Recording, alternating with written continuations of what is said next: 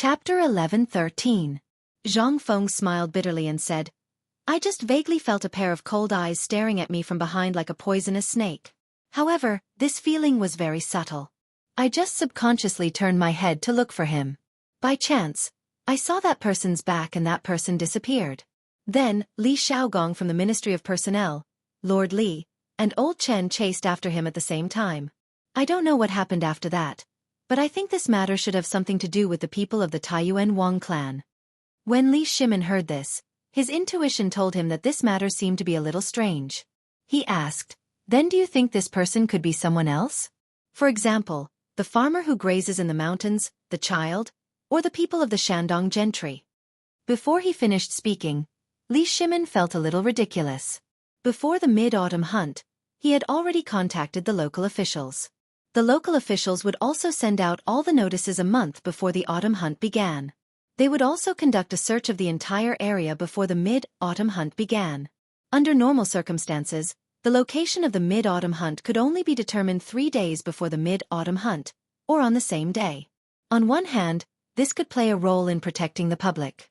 On the other hand, it was to ensure the order of the autumn hunt. However, Li Shimin heard that there were still many onlookers at the scene. Although they were standing far away, what did this mean? This meant that this matter was uncertain. If the people of the Taiyuan Wang clan were here, they definitely knew that they would definitely be watched this time. Moreover, as one of the 5 clans and 7 watches, if they could come, it meant that they already knew everything. As one of the 4 gods of war of the Tang dynasty, Niu Jinda would be watched by countless people at any time and place. At this time, when Li Shimin sent him to Nantian County, there would definitely be countless people staring at Niu Jinda. When he sent Niu Jinda here, he wanted to let him intimidate these people. However, even with that being the case, the people from the Taiyuan Wang clan still came. However, Li Shimin felt that this time, it was very likely that they had come to get close to Zhang Feng. It was very likely that they didn't know there was a coal mine here, but they wanted to find out what Niu Jinda was doing. As long as they arrived, they would definitely know that the mid-autumn hunt was being held here. But even so, as long as they had the slightest bit of intelligence, they would never do something so stupid as to alert the enemy. Then, who was the culprit behind this? Li Shimin could not help but feel dizzy. There were many uncertain factors in this. If only one of them made sense, he would let it go. However, the more he investigated, the more he found out. The more people were involved, the more chaotic it became. Before this, he had already made corresponding arrangements in the palace. Especially before Zhang Sun arrived, he had already received the news about what happened in Lantian County, and the fact that Li Xiaogong and Cheng Yaojin were searching for the mysterious man. Li Shimin had already sent 5,000 elites from the Chang'an military camp to Lantian County. He swore that he must find the mysterious man and try to get something out of him.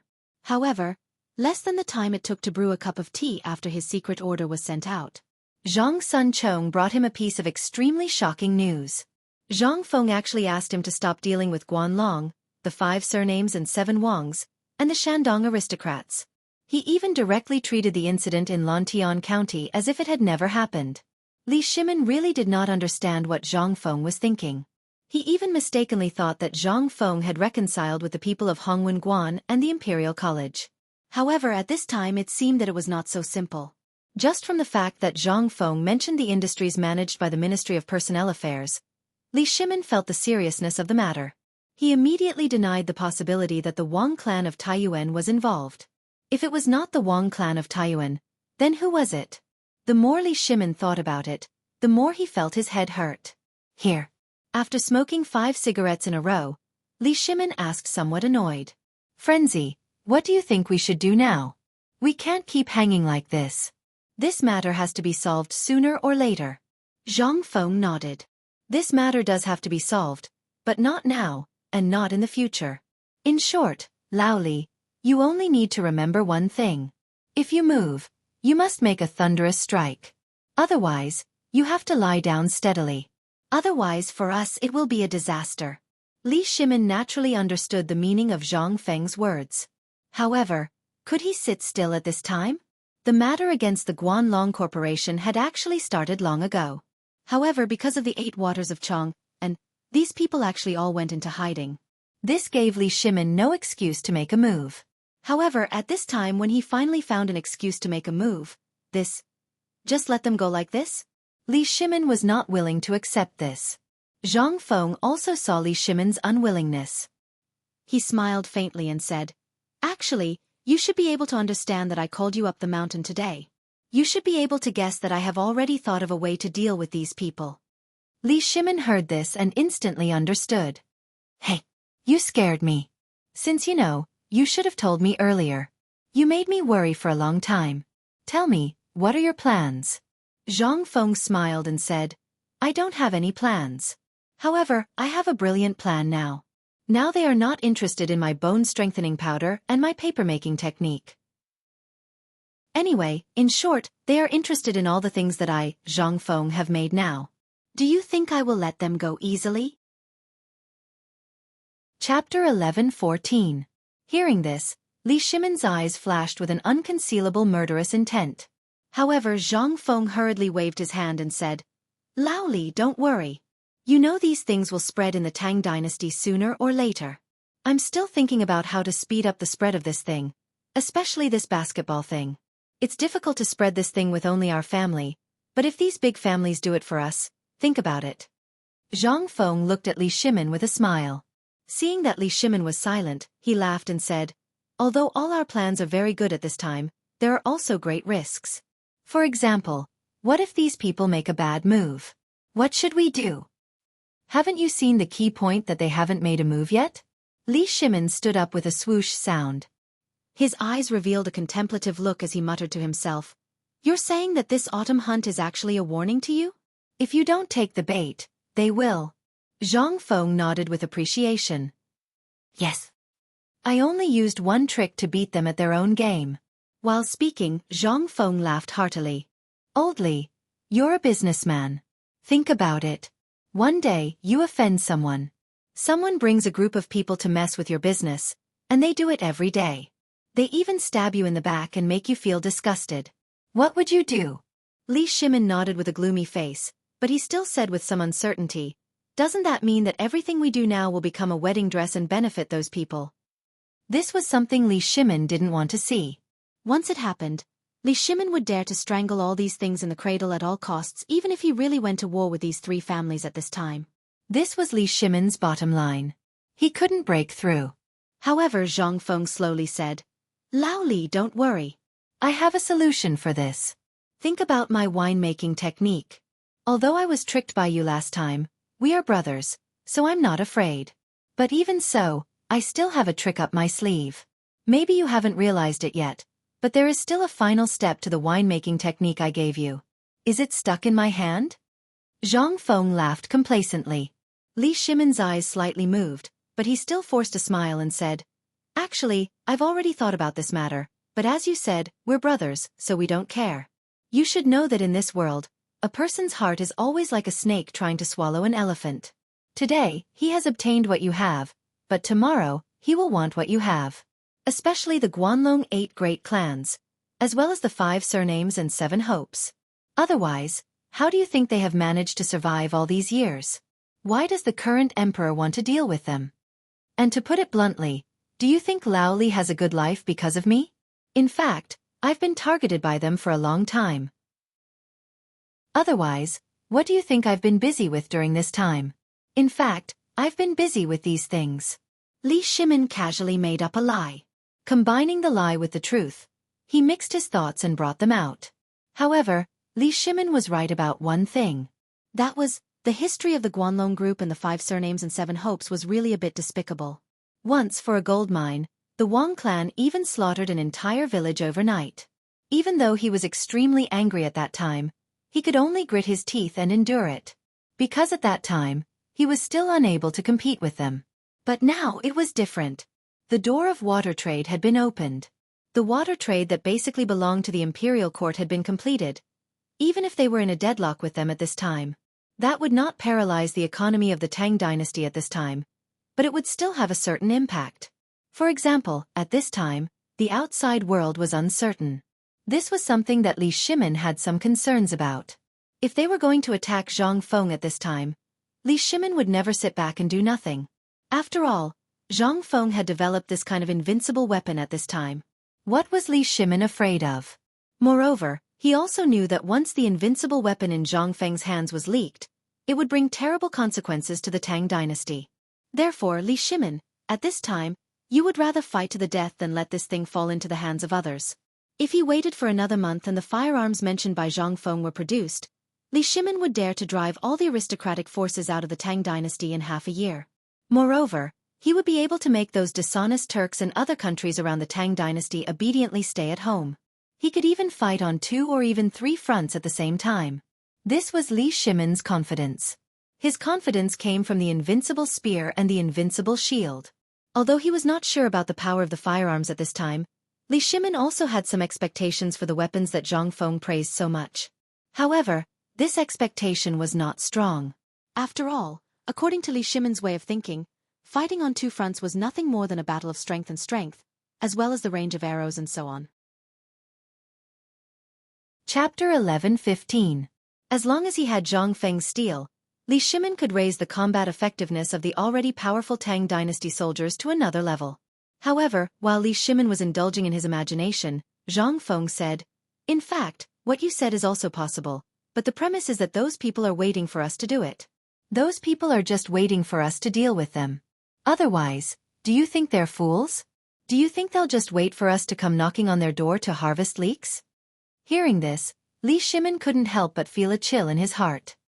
He sighed and said, "Then tell me, what are your plans?" Zhang Feng smiled mysteriously. "Actually, I've already told you about it. It's just like liquor. It's a new business model." Business is business again. Li Shimin was speechless. His previous lie had caused Zhang Feng to think that he was a businessman. Although Li Shimin had accepted the idea of running a country through business, and the Tang dynasty was basically running in this way, he still felt uncomfortable. Although he felt a little speechless, he still listened to Zhang Feng patiently. Zhang Feng continued, "In fact, I have already discussed this new business model in advance. For example, the hotels of White Deer College in Chang'an." Li Shimin was slightly surprised. "Are you talking about the Chang'an Hotel?" "Yes." Zhang Feng nodded. "In fact, this is a business model. Think about it. As long as we control the supply, they are only responsible for running errands, operating, and retailing for us. Although we may lose a lot in a short time, have you thought about how many people they have? Not only can we sell this thing, but we can also give them the recipe of this braised meat." "But do you know how many ingredients are in the recipe of this braised meat? Only we can make these ingredients. If they want to make it, I can guarantee that there is no second person in the world except for me, Zhang Feng. Even if old Sun makes it himself, he can't make the same level of braised meat as I make it." Li Shimin could not help but frown. "You brat, could it be that you want to use this method to firmly grasp these people in your hands, just like how you dealt with the Turks and Tibetans back then?" Hearing this, Zhang Feng laughed and said, old Li, you finally comprehended the Tao. Not bad, not bad. This is my method. What do you think? As long as we always have a piece of meat in our hands, no matter if they are wolves, tigers, leopards or wild dogs, they will follow us closely. Moreover, once we take back this piece of meat, these people will be like dogs, wagging their tails and begging for mercy. Do you believe me?" Seeing that Li Shimin was a little confused, Zhang Feng could only say, "I'll use the braised meat business method as an example. In fact, this is very simple. As long as we have the recipe of the braised meat, we will sell them the management rights.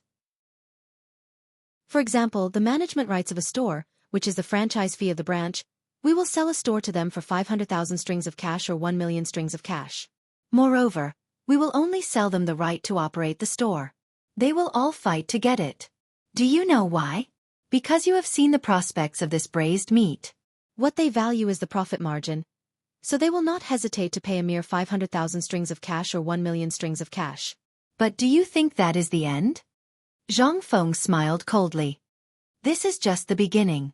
After receiving the joining fee, they will have to pay us an additional fee every time they purchase braised food.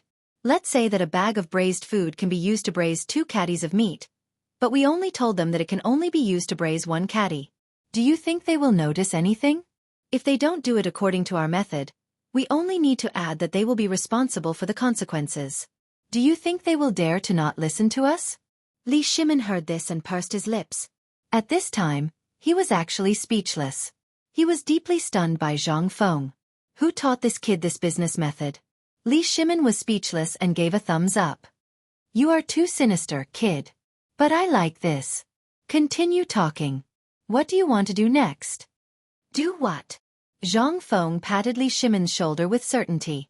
It's very simple. Just sit there and collect money. Think about it. We have arranged everything. Why do we have to spend so much effort to do things? For example, we have hired assistants. Why do we have to do it ourselves? They bought one of our branches and tasted the benefits.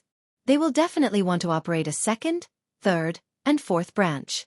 If that is the case, what do you think will happen to us? Hiss! Li Shimin sucked in a breath of cold air. Chapter 11:16.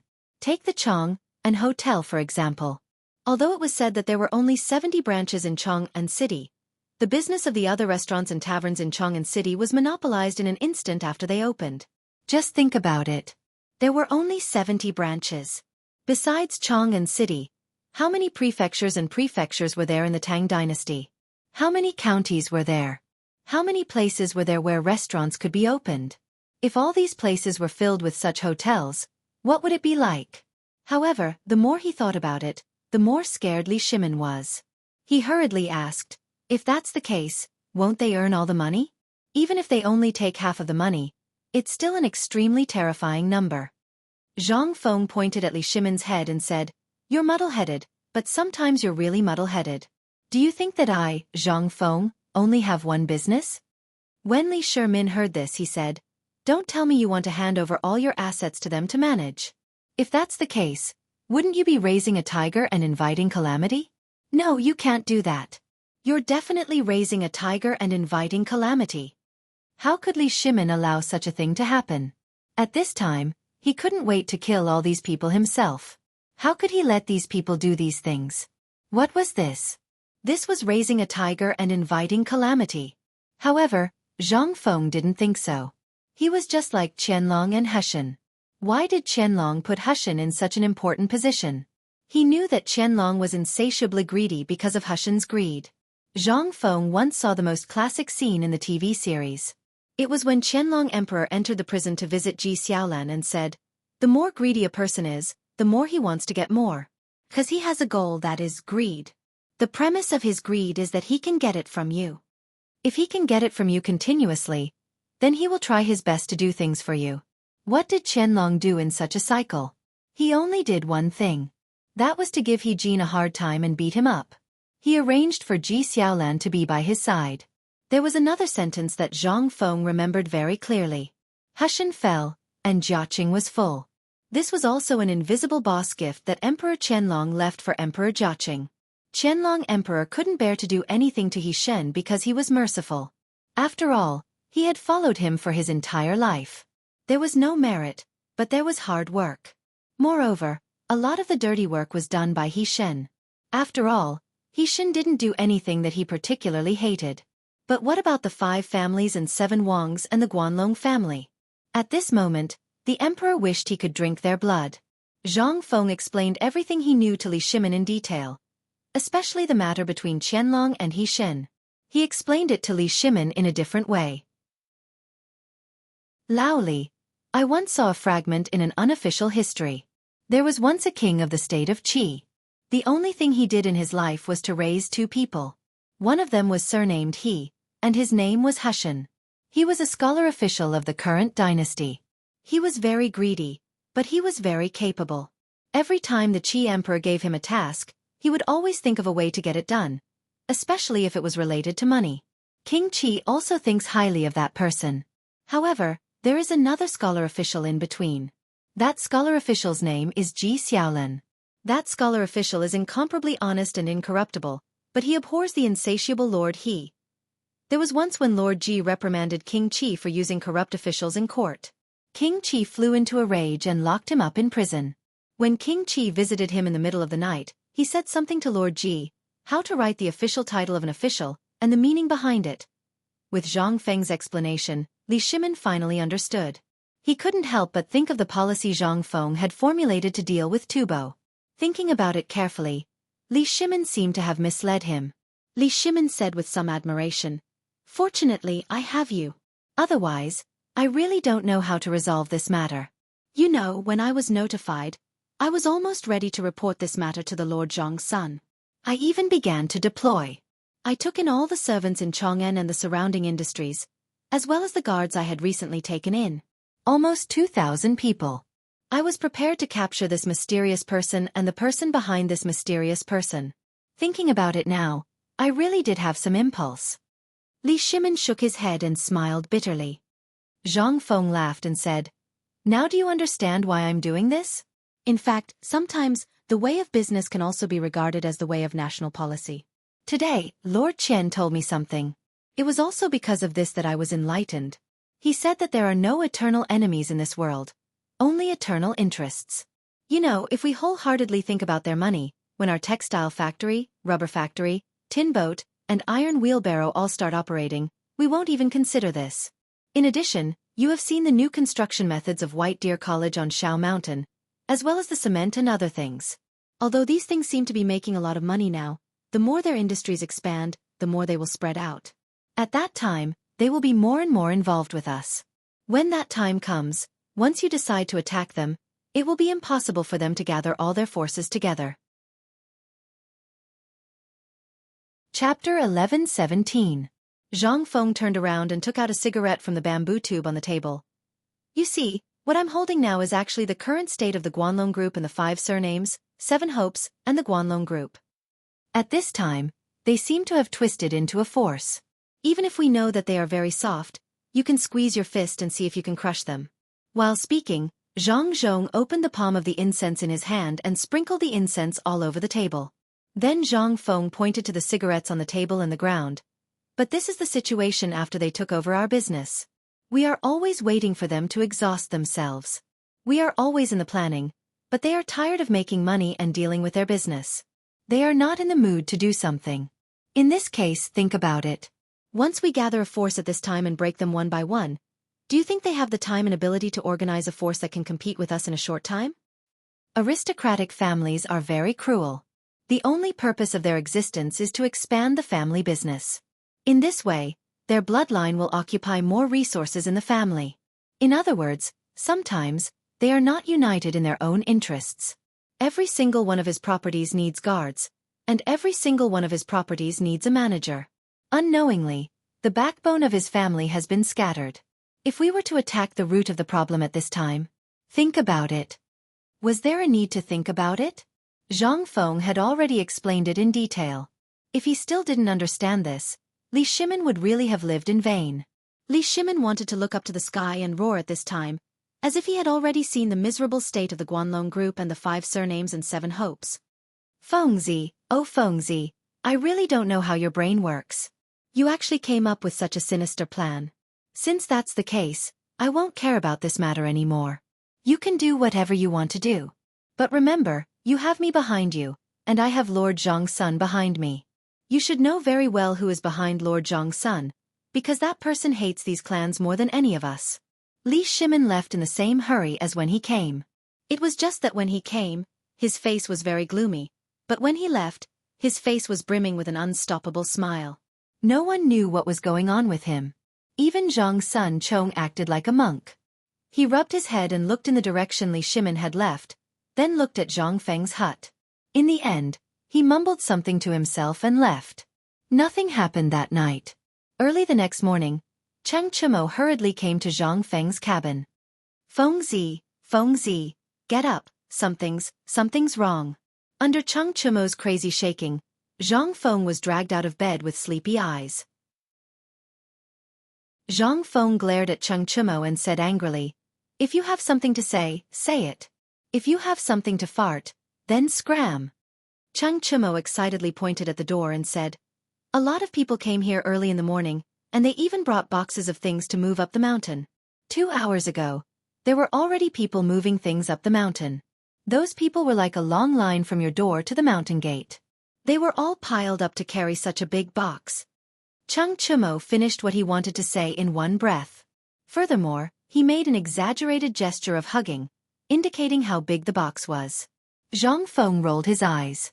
If he knew how big the box was, couldn't he just go out and take a look? Did he have to be like this? Cheng Chimo didn't see Zhang Feng rolling his eyes and continued, "Go take a look outside. There are still people moving things up. I heard that those were brought up by the Ministry of Works, Ministry of Personnel, Imperial College, and Red Pavilion's deans who came with us yesterday. They said they wanted to give it to you." As he spoke, Cheng Chimo shook Zhang Feng with all his might and said, "Fengzi, you've really struck it rich this time. Don't forget about me, your brother. Do you know that I'm so poor now that I haven't even gone to Swallow Descent Restaurant in a long time?" Upon hearing Swallow Descent Restaurant, Zhang Feng couldn't help but want to beat someone up.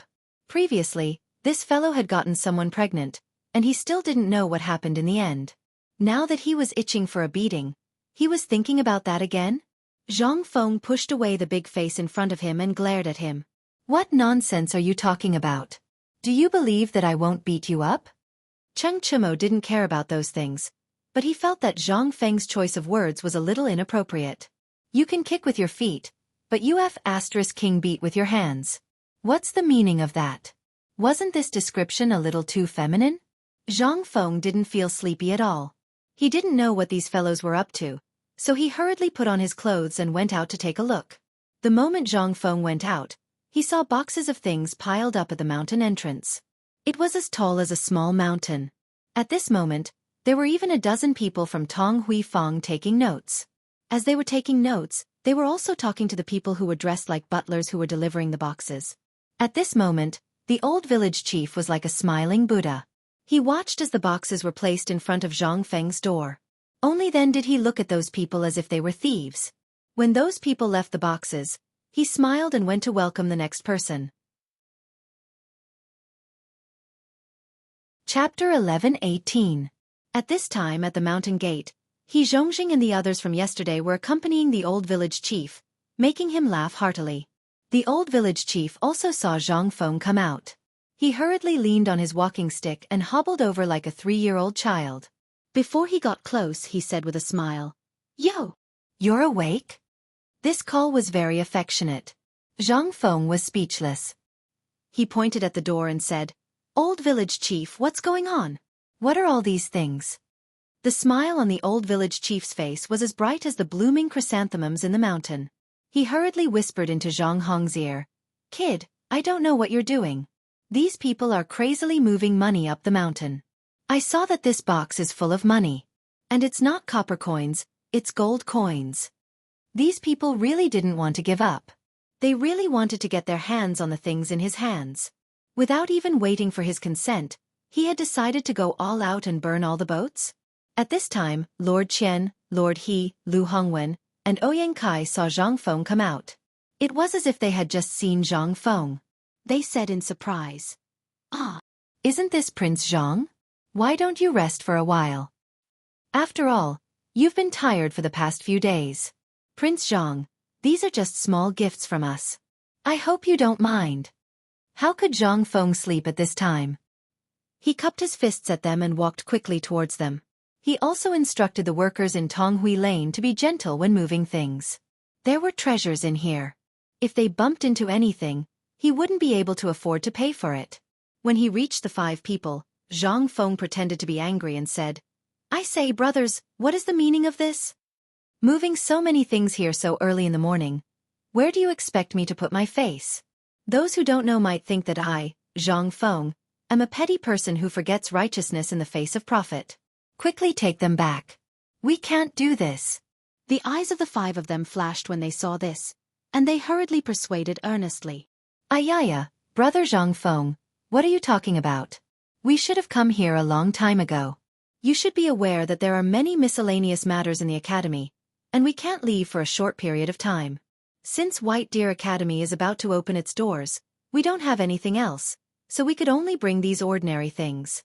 I hope brother Zhang Feng won't blame us." Zhang Feng saw that they were sincere. Even Ouyang Kai was about to cry and was about to kneel down in front of Zhang Feng. He hurriedly grabbed Ouyang Kai's arm and sighed emotionally. "That's my brother. If it weren't for the fact that there are so many things to take care of, I would have dragged you 5 brothers here today and become sworn brothers. Let's go, let's drink. If there's anything, let's talk inside, okay?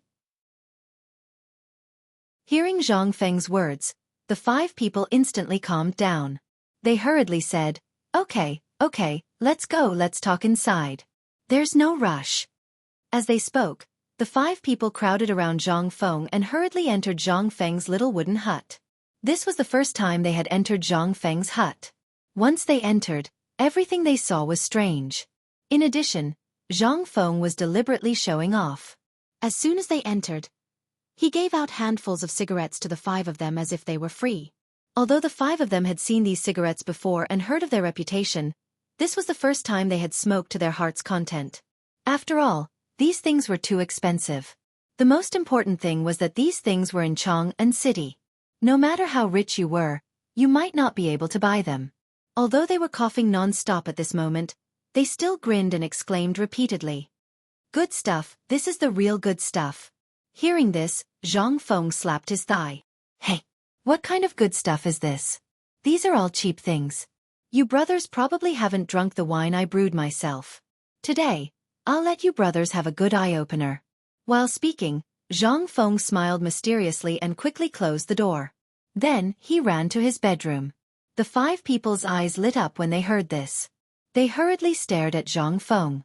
After a while, Zhang Feng looked very distressed as he took out a jar of wine covered with dust. The wine jar was not big. It seemed to be able to hold 2 catties of wine. They looked at each other, not knowing what Zhang Feng was up to. Zhang Feng took out a few exquisite glass cups from the drawer. The cups were not big, only the size of a walnut. Then, he carefully opened the mud seal on the wine jar. In an instant, the strong smell of wine made the 5 people's nostrils twitch uncontrollably. He Zhongjing asked in surprise, "Brother Zhang Feng, what kind of good wine is this? Why haven't we drunk it before?" Zhang Feng smiled as he poured the wine. "This is not something good. This is the white wine I brewed at home when I had nothing to do. I hope the 5 brothers can taste it. I wanted to give some to you brothers, but time is tight and I don't have time to brew it. There is only 1 jar left from the previous stock. When I brew it in the future, I will personally give some to you brothers. Let's not talk about this anymore. Let's have a drink first. I can guarantee that you won't be able to drink it anywhere else in the world except here. As long as you can drink it, it must have come from me, Zhang Feng. There's no doubt about it." Chapter 11:19. Seeing how amazing Zhang Feng's description was, they were also interested. Although they were criticizing Zhang Feng for being so stingy in their hearts, they still held the wine cup in their hands as if it was a treasure and tasted it. However, the moment they tasted it, they felt as if there was a flaming knife in their throats, going straight into their stomachs along with their intestines. However, after this spicy feeling, they felt extremely comfortable. Their eyes couldn't help but light up. They didn't care about Zhang Feng anymore and began to drink by themselves. At this time, the Tang's alcohol tolerance was amazing. Everyone was addicted to alcohol, mainly because the alcohol in this era was basically fruit wine or grape wine from the western regions. The alcohol content of the wine was almost negligible, and it was almost the same as fermented glutinous rice. However, when they accidentally drank such spicy white wine, although their faces and ears were red from singing, the 5 of them stared at the small jar of wine on the table with burning eyes after thinking about it. Seeing this, Zhang Feng asked, "How is this wine? Brothers, I didn't say anything wrong, right? Is this good wine?" "Good wine. It's really good wine. It's a rare good wine in the world. Brother Zhang Feng, did you really brew this wine?" When Zhang Feng heard Qian's words, he realized that these people were finally on the right track. He nodded and said, "Yes." However, Zhang Feng immediately asked, "From what you mean, are you suspecting that there's something wrong with this wine? Or rather, where have you drunk this wine before? If that's the case, I'll have to trouble you to tell me. If there is, I, Zhang Feng, am willing to give all my skills to you for free. Then, I'll live in seclusion in the mountains and never come out. How about it?" The few of them didn't know that Zhang Feng would be so easily offended. They could only see Zhang Feng's angry expression at this time, and couldn't help but believe it a little more. They repeatedly apologized. Seeing this, Zhang Feng gestured for everyone to continue drinking and ignore him. Then, he inadvertently opened the drawer as if he was looking for something. At this moment, a pair of sunglasses fell to the ground. Zhang Feng saw this and his face changed. He hurriedly sighed and said, "Oh my God." He hurriedly picked it up and looked at it carefully. Then he patted his chest and said, "Fortunately, it didn't break." Zhang Feng looked at them from the corner of his eyes. Then, he blew a breath on his sunglasses, wiped it with his sleeve, and put it into his pocket. He pretended to be nonchalant and said, "Where is the formula of the bone-strengthening powder that we talked about? I remember that I put it in this drawer. Why? Can't you find it all of a sudden?" How could they still be thinking about the bone-strengthening powder at this time? He Zhongjing held a wine glass and came to Zhang Feng's side with a smile. He touched Zhang Feng's arm and asked in a low voice, "Brother, just now, the thing on the ground was..." Zhang Feng was not that kind of money grubber. He didn't even look at the boxes outside, but for this thing, his face changed greatly when it fell to the ground. This was obviously an incredible treasure. Before He Zhongjing finished speaking, Zhang Feng's face suddenly changed. "Nothing, nothing, nothing. It's really nothing. This is just a small thing." When He Zhongjing and the others saw this, they all rolled their eyes in disdain. If everyone still felt that this was nothing at this time, then weren't they no different from that idiot?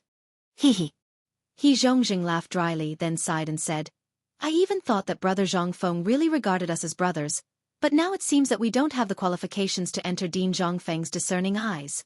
If that's the case, then we will leave. See you another day."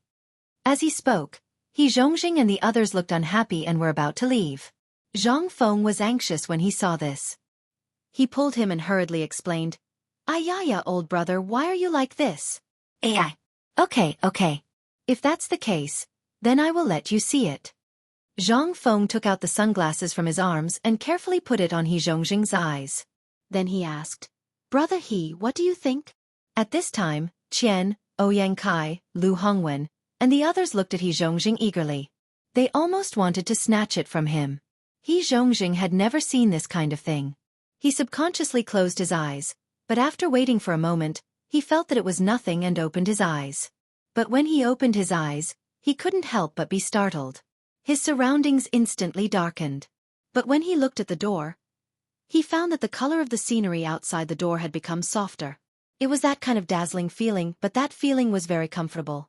He Zhongjing said in surprise, "Brother Zhang Feng, what is this thing of yours? Why is it so magical?" As He Zhongjing spoke, he took off the sunglasses from his eyes. In the Nashi area, he repeatedly experimented with it several times. He couldn't help but have fun. Ouyang Kai and the others gritted their teeth, but they couldn't do anything. When Zhang Feng saw this, he gritted his teeth and sighed. "Well, since we are all brothers, I happen to have a few pairs here. I originally planned to give them to the best students in the academy this time." Chapter 11:20. When they heard this, their faces changed. Ouyang Kai held the box of sunglasses sadly and said, "How could you give such a good thing to those people? How would they know the value of this thing? How would they know how to cherish it?" Zhang Feng laughed and said, "Didn't I meet you today?"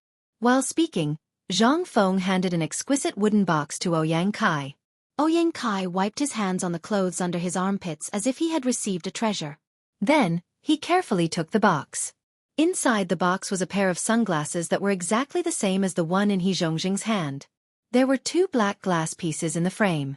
They looked a little strange, but when He Zhongjing and Lord He put them on just now, everyone felt that it was so magical.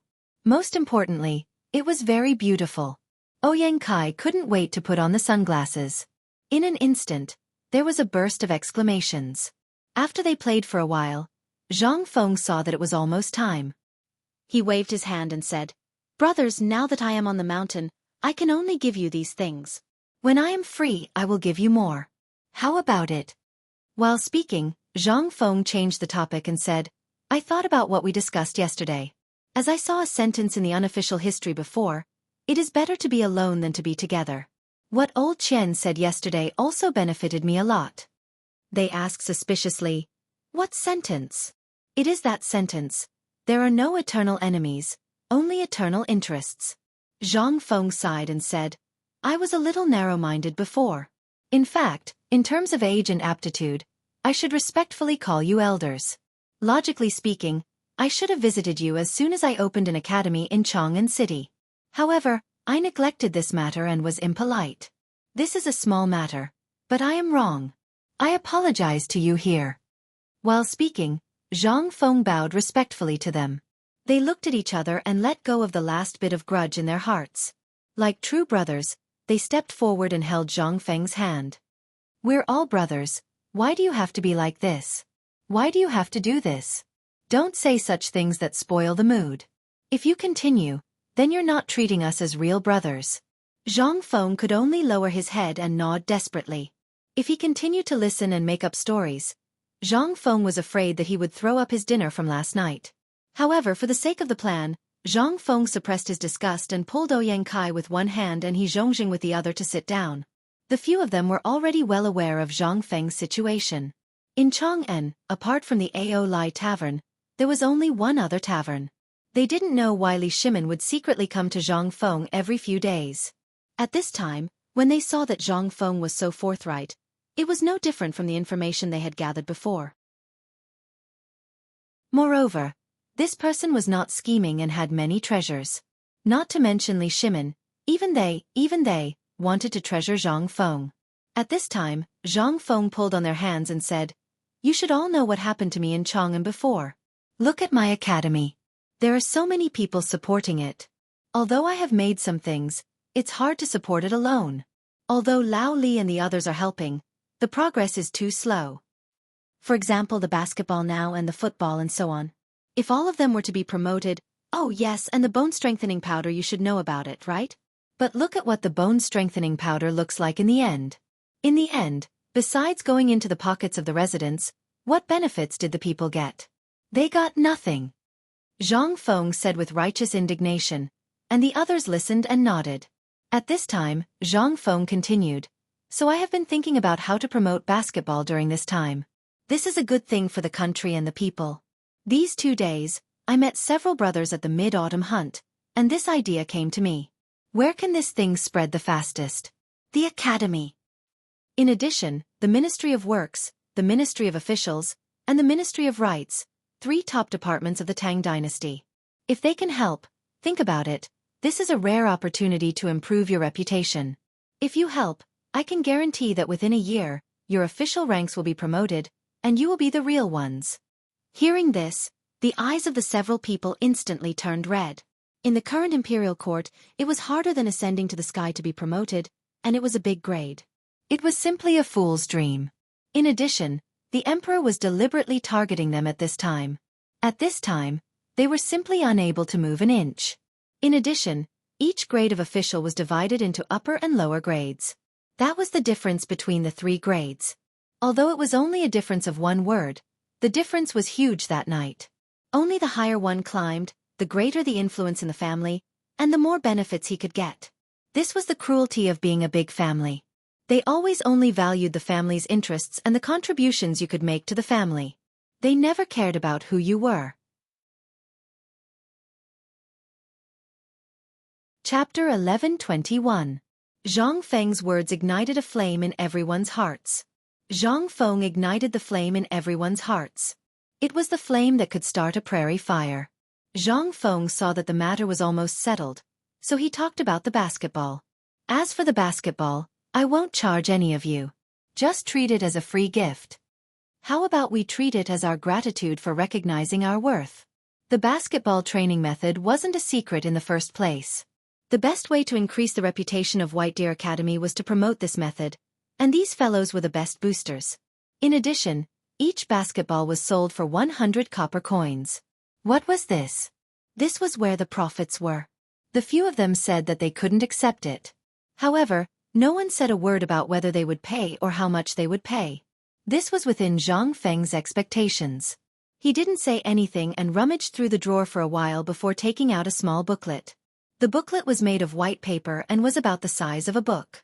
When he took out the booklet, the 5 of them couldn't help but twitch their eyelids. Everyone knew the price of white paper. It was 700 copper coins per caddy. This booklet looked like it was about 3 taels. How much was it? This didn't include the things recorded in the middle. Zhang Feng placed the booklet on the table and said, "This is about how to use the basketball and the rules. I've recorded it in detail. Later on, you brothers will have to work hard and make 4 copies. How about that?" The few of them were overjoyed and promised repeatedly. Only then did He Zhongjing from the Ministry of Works happily take the booklet. He held it tightly with both hands in front of his chest. Only then did he stop. Then, everyone knew that the matter had reached the most critical moment. Zhang Feng took out 4 more booklets from the drawer. "Now that we've settled the basketball issue, let's treat this radio gymnastics program as a meeting gift for my brothers. After all, my brothers will have a lot of influence after being promoted, and it will be more helpful to us in our future business chain." Chain? No one was surprised as they asked in return. Zhang Feng nodded and said, "That's right. It's a chain store. I'm sure you brothers have visited Chang'an Restaurant before. Have you seen the small words below the signboard of Chang'an Restaurant? White Deer College's first branch or something like that?" The few of them nodded. Zhang Feng then said, "That's what a chain store means.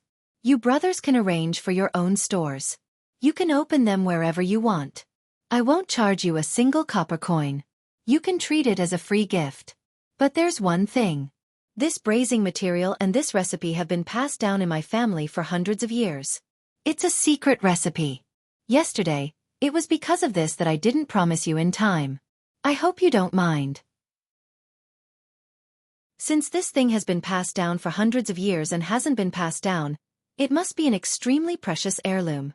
Today, Brother Zhang Feng is so generous to pass it down, it must have suffered a great psychological burden. Let's not talk about it anymore. We brothers have already done you 2 favors. You don't need to talk about the braised meat anymore. We all know how much the braised meat is worth. So we will give you 1,000 gold taels as a joining fee for every restaurant. What do you think? 11,000 gold taels? Oh my God! Lao Tzu originally thought that a few thousand strings of coins or a few hundred taels of silver would be enough. He was worried that they would just leave. His brain wasn't sharp enough. How did his vision become so low? Zhang Feng had the urge to slap himself. When they saw this, they couldn't help but look at each other. They didn't know why Zhang Feng had such a pained expression on his face at this moment. They thought that he felt that the money was too little. The few of them looked at each other, and finally He Zhongjing gritted his teeth and said, "I'll make the decision. We'll give you 1,500 taels of silver per restaurant. This is our limit. But don't worry, as long as we can earn money or get the approval of our families, this can only be considered as a deposit. When the time comes, we'll give you extra support. Brother, we'll give you more than this. What do you think?" When Zhang Feng heard this, he finally felt relieved. At the same time, he silently calculated. How much did they earn in this short period of time? How much wealth did these aristocratic families hoard? From the historical records, Li Shimin had to live frugally or cry about being poor everywhere in order to raise money for the military or when there was a disaster. Only then would he be able to raise some money. However, now that he had transmigrated, he truly realized that what Bull*T Dubai's nouveau riche was a real nouveau riche. Zhang Feng excitedly held Ouyang Kai and Lu Hongwen's hands. He stuttered for a long time but couldn't say a complete sentence. In the end, he forced out 2 words. Righteous. Chapter 11:22. Since all of you have said so, then the joining fee is settled. From now on, this restaurant will be charged at 1,500 taels of gold. I'm only talking about the joining fee for one restaurant. No matter how many years you stay, I won't charge you a single coin. Hearing this, their eyes lit up. Previously, they thought that 1,500 taels of gold a year was a little too little. They had also inquired about the braised meat. If every shop did not accept food and changed to a cashier, they could earn at least 100 taels of silver a day. This was already considered the least. Under normal circumstances, if they took over the hotel, they would directly renovate it and only open it to the wealthy merchants and officials of the imperial court. Then they would earn more and not less. At this moment, hearing Zhang Feng's words, they really felt that Zhang Feng was really ignorant and inexperienced. They even felt that the money was too little. Ouyang Kai sighed, patted Zhang Feng's shoulder and said, "Good brother, don't worry. We brothers know that you are helping us, so don't worry about this matter. This 1,500 taels of gold is only a deposit. I can guarantee it. At worst, we will write a contract for you later. The 1,500 taels of gold can only be considered as a deposit. When the time comes, we will divide the money into 3 portions. A total of 7,500 taels of gold for the first 2 portions of the year. If you are a brother, you must not refuse, otherwise, we will feel guilty even in our dreams. What else could Zhang Feng say? He didn't think so much at first. How could he have been so muddle-headed as to allow this group of rich people to raise his price to 7,500 taels of silver? Motherf * Cur. He had seen people who gave him money, but this was the first time he saw people rushing to give him money. How could he refuse? Zhang Feng cupped his hands in front of his chest and excitedly bowed to them again. Then he sighed and said, "Well, since the joining fee is settled, let's not talk about it anymore. Let's talk about the next thing." But at this moment, Zhongjing and Lord he said, "Brother Zhang Feng, since the joining fee has been settled, can we change the name of the restaurant? After all, this is our restaurant. If we still use the name of Chong and University, isn't it a little bit?" Only then did Zhang Feng understand. He asked, "Aren't the names of the shops chosen by my brothers? Since we are all from big families.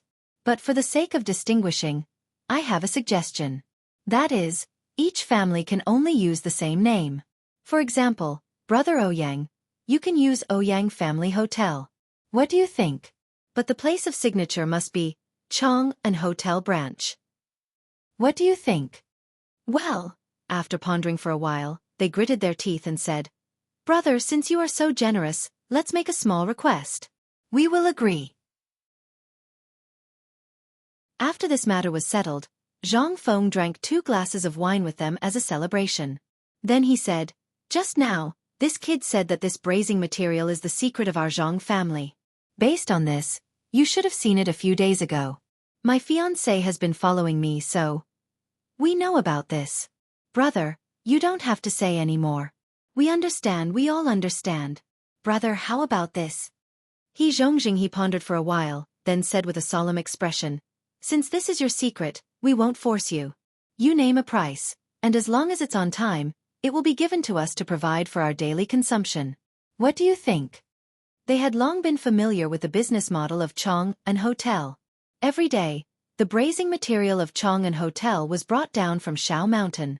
Therefore, although they wanted this recipe very much, they also knew that since Zhang Feng had mentioned his fiancée, it was tantamount to cutting off their thoughts. However, just when they had lost hope, Zhang Feng said, "Brothers, since we are doing business openly, I can give you some of the recipes. However, brother, please allow me to take the most important thing. After all, I don't know how many stores I will open as a brother, and I don't know how many stores I will open in a month.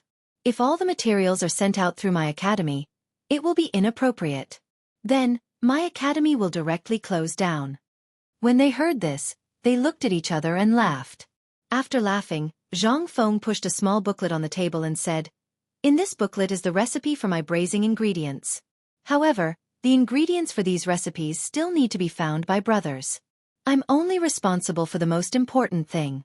If you need it, bring the document and directly go to my food factory at the foot of the mountain. Take out the proof and hand in the money you win to receive it. How about it? How about this? I will charge you 10 copper coins for a portion of brazing material.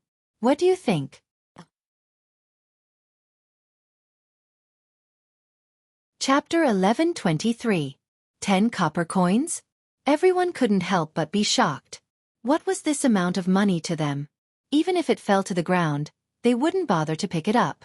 Zhang Feng actually sold this braised food to them for 10 copper coins. What was the difference between that and giving it away? Furthermore, it was a recipe that had been passed down in their family for hundreds of years. Zhang Feng belonged to the Fenghuang Ridge in Yangzhou. Furthermore, they had been to Fenghuang Ridge before and even brought back Zhang Feng's portrait for comparison. When the people there saw Zhang Feng's portrait, they couldn't help but sigh. They all said that the Zhang family actually had descendants. Wait a minute. The tragedy of the Zhang family couldn't be faked. If only a few families said so, they suspected that it was a trap set up by Zhang Feng. However, they had traveled to almost every corner of Phoenix Ridge, from children to teenagers. Even the elderly, who were 70 or 80 years old, could recognize the portrait at first glance. Unless they had lived together for a long time, it was impossible for them to remember it so clearly. However, after experiencing all this, he was actually so generous as to use 10 copper coins to sell this recipe at such a cheap price. What was the difference between this and giving it away for free? They couldn't help but thank Zhang Feng again from the bottom of their hearts. Then, they discussed the details of their cooperation once again. They sat for a full 6 hours. Just as the oil lamps were about to be lit, Ouyang Kai's people left in satisfaction. Looking at their departing backs, Zhang Feng's smiling eyes flashed with a hint of coldness. However, at this moment, He Zhongjing, who had already left, hurriedly returned. He looked at Zhang Feng and slapped his forehead, saying, "Ayaya, I almost delayed something important. Isn't this the Mid-Autumn Poetry Meet on the 12th? Here is an invitation letter. I hope that Brother Zhang Feng will be magnanimous enough to forgive us. Due to procedural reasons, we forgot about the autumn harvest and only remembered about it now. Without this invitation letter announcing the Ministry of Rights and the Ministry of Personnel, we would not be able to enter that place." The corner of Zhang Feng's mouth twitched as he silently cursed the old fox. However, his expression was one of pleasant surprise as he received the invitation letter from He Zhongjing's hands. At this moment, He Zhongjing said, "Brother, let's meet again 12 days later at Swallow Descent Restaurant?" Zhang Feng cupped his fists. "All right, let's meet again at Swallow Descent Restaurant 12 days later." 12 days. Since there were only 12 days left? Zhang Feng sighed as he watched them leave. Only then did he open the invitation in his hand. The invitation card detailed the things to take note of at the Mid-Autumn Festival Poetry Meet and other things. Looking at these things to take note of, Zhang Feng was also secretly preparing in his heart the things to take note of for this Mid-Autumn Festival Poetry Meet. If it was poetry, a center could easily come up with it. However, it seemed a little too monotonous. Football was even worse. As for morning exercises, to do it in the middle of the night? The light at night in the Tang dynasty was not good. If he did that, it would simply be a disgrace. After thinking about it, Zhang Feng suddenly realized that he really did not have anything to take out. He could not help but search for some images of him participating in such activities in the future.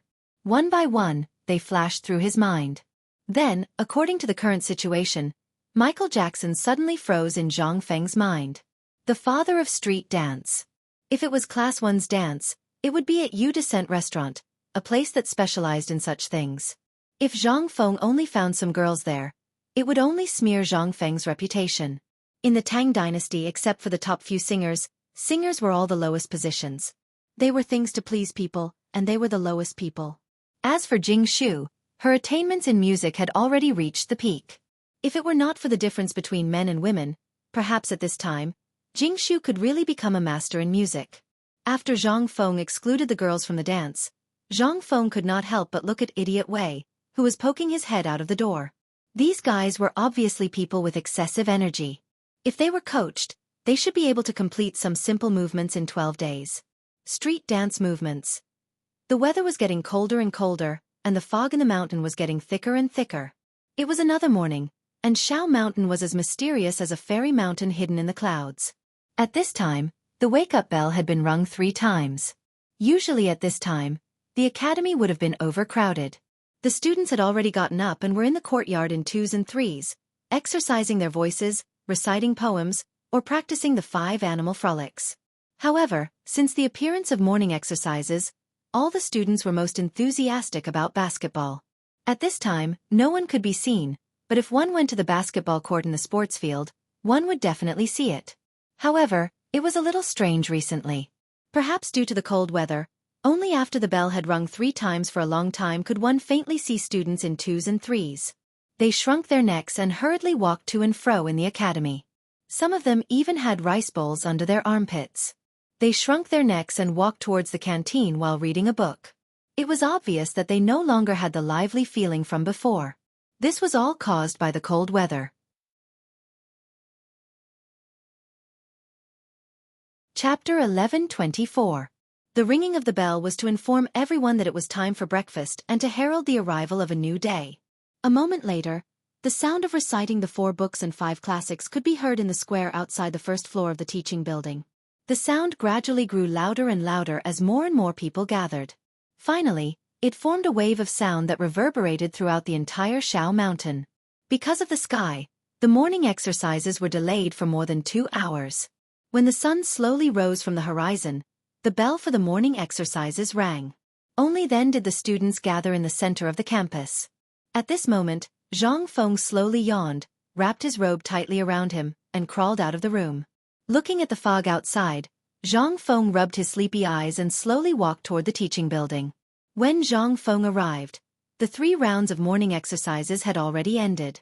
At this moment, Chen Wanli led the running team and slowly walked past Zhang Feng. The students hurriedly stood still and saluted Zhang Feng. Zhang Feng chuckled and waved at them. Then, when no one was paying attention, he called out to Chen Chumo and the others. When they saw Zhang Feng acting so sneakily, they thought that something big had happened and hurriedly followed Zhang Feng into the small wooden house. Once they entered the small wooden house, everyone felt a trace of warmth.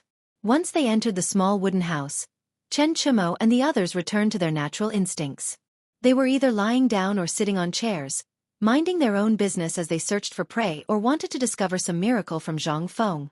Zhang Feng glanced at everyone, then stared at Li Chengqian and said, "There are still 11 days until the mid-autumn poetry meet, right?" Li Chengqian didn't know what Zhang Feng wanted to say, but he still nodded. Yes, there are still 11 days. Therefore, during this period of time, we will also be diligently practicing basketball, football, and morning exercises. When the time comes, I believe that with these 3 things, the fame of White Deer College will definitely spread throughout the world. Is there even a need to say that? With a few of us taking action, it will be hard for us not to become famous. When I think about those little girls in Swallow Descent restaurant. No, those girls' screams. I'm really excited. Seeing Cheng Chumo's wretched smile, Zhang Feng was speechless and scolded. Get lost, can't you think of something else? Women, women, women all day. Sooner or later, you will die on a woman's belly. Chen Chumo just smiled and didn't answer. Zhang Feng was so angry that he didn't want to talk about it anymore. He waved his hand and said, "Okay, let's not talk about this anymore. I have a plan here. You can think about it and see if it works." The importance of the Mid-Autumn Poetry Meet to White Deer Academy was obvious to everyone. At this moment, Cheng Chumo had also retracted the mischievous smile on his face and sat obediently on a stool at the side. He crossed his legs and swung them with all his might. This made Li Chengqian want to rush up and beat him up, but Zhang Feng suddenly spoke. "You all spend all day at Swallow Descent restaurant. Do you all know how to dance?" Li Chengqian and the others' expressions instantly froze. We know a little." But Li Chengqian seemed to have thought of something and asked hesitantly, "Fengzi, what do you mean? I don't know what you are thinking all day. Could it be that you want to go to Swallow Descent restaurant? Basically, we all know a little about the things in Swallow Descent restaurant.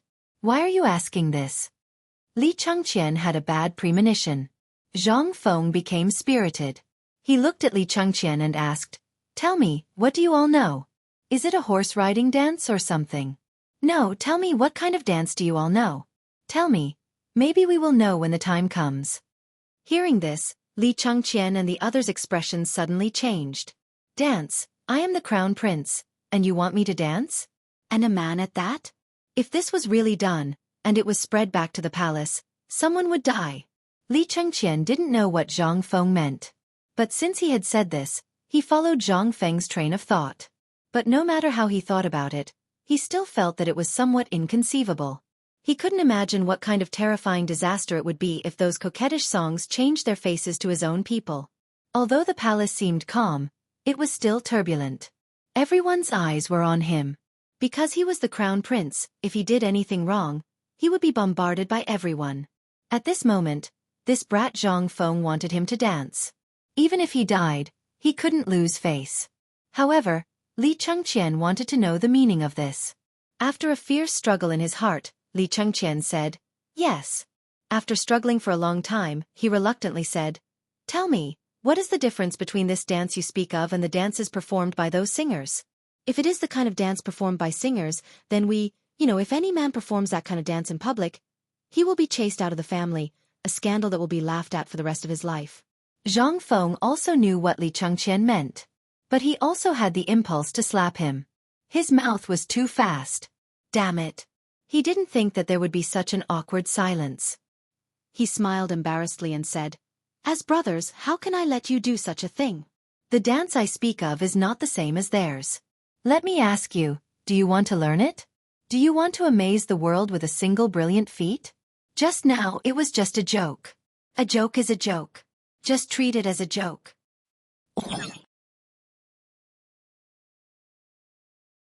Chapter 11:25. Li Chengqian was speechless. He was almost scared to death by Zhang Feng. This kid actually said that it was just a joke? Li Chengqian became especially cautious. After thinking for a long time, he stared at Zhang Feng for a long time before saying, "Fengzi, you should know the significance of this mid-autumn poetry meet. We sincerely want to establish White Deer College. If a woman can't become a great scholar because of this, my brothers will feel uneasy for the rest of their lives." He didn't know what was wrong with Zhang Feng today. He thought that Zhang Feng was testing him. But how was Zhang Feng testing him? Zhang Feng immediately interrupted Li Chengqian's cliché and said, "I didn't expect you to be so unyielding in the past. All right, since that's the case, I'll teach you this dance. But don't worry, the dance I'm talking about is different from the dances you know of. It's more powerful and domineering. It shows the might and majesty of a man. I can guarantee that as long as you dance like this in Yanlai restaurant, not to mention Chong and City, even the Tang dynasty won't be able to hold your reputation. No matter where you go, you won't lack girls. I, Zhang Feng, can guarantee it with my head." Cheng Chimo's eyes turned red when he heard the word girls. He jumped up from the stool and walked quickly to Zhang Feng. He stared at Zhang Feng with a burning gaze and asked, "Is what you said true?" At the same time, a morning class was going on in the military camp. The morning class was actually very simple. They followed the military training method and tossed and turned on the horizontal bar, the parallel bar, and the wooden horse. Then they had to climb over the net, rope, and obstacle course. However, just as everything was going smoothly, there was a sudden commotion. A moment later, a military officer suddenly appeared in front of Yu Qigong's tent. He hurriedly woke Yu Qigong up. Yu Qigong wanted to slap the person away, but the person seemed to be prepared. When Yu Qigong's palm came, the person quickly dodged and said, "General, something bad has happened. Niu Jianhu is in trouble." At this moment, Yu Qigong, who was a little sleepy, heard the words Niu Jianhu, and his drowsiness instantly disappeared. He hurriedly opened his eyes wide and asked, "What happened? Niu Jianhu's training was going smoothly today, but I don't know what happened to him." "He suddenly broke his leg," the commandant said in a frightened voice. Buzz! Yu Qigong felt as if he had been struck by lightning. He grabbed the collar of the commandant's armor and asked murderously, "What did you say?" The military officer was already trembling in fear from Yu Qigong's murderous aura. However, he gritted his teeth and hurriedly said, "Niu Jianhu broke his leg this morning. He fell down when he was climbing over the net and broke his leg. His leg is broken." With a bang, Yu Qigong could no longer hold on to the commandant. He loosened his grip and the commandant fell to the ground. Then, he hurriedly scrambled out of the tent. Yu Qigong was no longer in the mood to sleep. He sat on the chair in a daze for a moment and murmured, "How is that possible? That kid broke his leg?" Yu Qigong suddenly thought of something and his expression changed drastically. He hurriedly shouted, "Men, hurry up and bring that kid Niu Jianhu here." Niu Jianhu was his good brother's only son. He was like the apple of his eye. Now that something had happened to him in his camp, then, he really didn't know how to explain it to Niu Jinda. If it had been anything else, he could have just recuperated. However, a broken leg and a broken arm meant that he would have to live with crutches for the rest of his life. If he wanted to join the army, it would be impossible. After a while, the doctor in the army carried the pale Niu Jianhu into the tent. When Yu Qigong saw Niu Jianhu's face, his heart suddenly changed. He grabbed the doctor and asked, "What the hell is going on? What happened to Niu Jianhu's leg?" How could Lang Zhong not know the relationship between Yu Qigong and Niu Jinda? How could he not know whose son Niu Jianhu was? Although he was afraid at this time, he still said with a bitter face, replying to the general Niu Jianhu, He may not be able to keep his leg." After receiving another confirmation, Yu Qigong's face instantly turned pale. This old brother of his had been on the battlefield all his life and only had Nyo Genhu as his precious treasure. In this era, breaking a leg, especially for someone who was born in the military, was tantamount to a death sentence. For the incomparably arrogant Nyo Jinda, it was simply a disaster. Moreover, Nyo Genhu had only one son in the Nyo family. At this time, Nyo Genhu had not yet married and had children. He had not yet left a seed for the Nyo family. If such a thing happened at this time, who would be willing to marry him? Yuchi Gong's chaotic thoughts flashed through his mind, and then he hurriedly asked, Lao Tzu asks you, can Nyo Genhu's leg be saved? Chapter 11:26. In an instant, Yuchi Gong's face was filled with sorrow. The lieutenant wanted to comfort him, but when he saw his bloodshot eyes, he retreated. At this moment, Nyo Genhu was casually holding back his tears and pain. He grinned and said, Uncle Yuchi, this is a small matter. It's fine. Don't. Shut the F***ck up, Lao Tzu. Yuchi Gong roared angrily and slumped on the stool like a deflated balloon. He stared at Nyo Genhu, who was lying on the soft couch, and his leg, which was dangling at the side without any feeling. His face was extremely pale. He didn't know how to face his old friend. A living person had been placed in his hands, but if old Nyo returned from Lantian and wanted to see the results of his son's training, what should he say? Should he just pat old Nyo on the shoulder and say that his son was dispirited? Or, after letting his imagination run wild, Yuchi Gong rubbed his face hard and asked the physician weakly, Let me ask you, is there still hope? Silence. Dead silence. At this moment, no one dared to speak because no one knew if Nyo Genhu's leg could be saved. The result was obvious, but no one dared to say it. At that time, everyone had seen it with their own eyes. When Nyo Genhu was climbing over the net rope wall, his ankle was caught by the net rope. Just as he was about to climb over the railing, everyone heard a cracking sound. Then they saw a bone sticking out of Nyo Genhu's leg. If it could be reattached, then it would be a miracle. With a bitter expression, the military doctor lifted Nyo Genhu's armor skirt and removed his boots. At this moment, Yuchi Gong discovered that the gap between the skirt and the armor had long been dyed red with blood. Even the underwear was stuck to the blood. A section of shining white bone shards dazzled Yuchi Gong's eyes, causing him to feel pain. At this moment, Yuchi Gong was in despair. If there was still hope, it would only be saved by a god.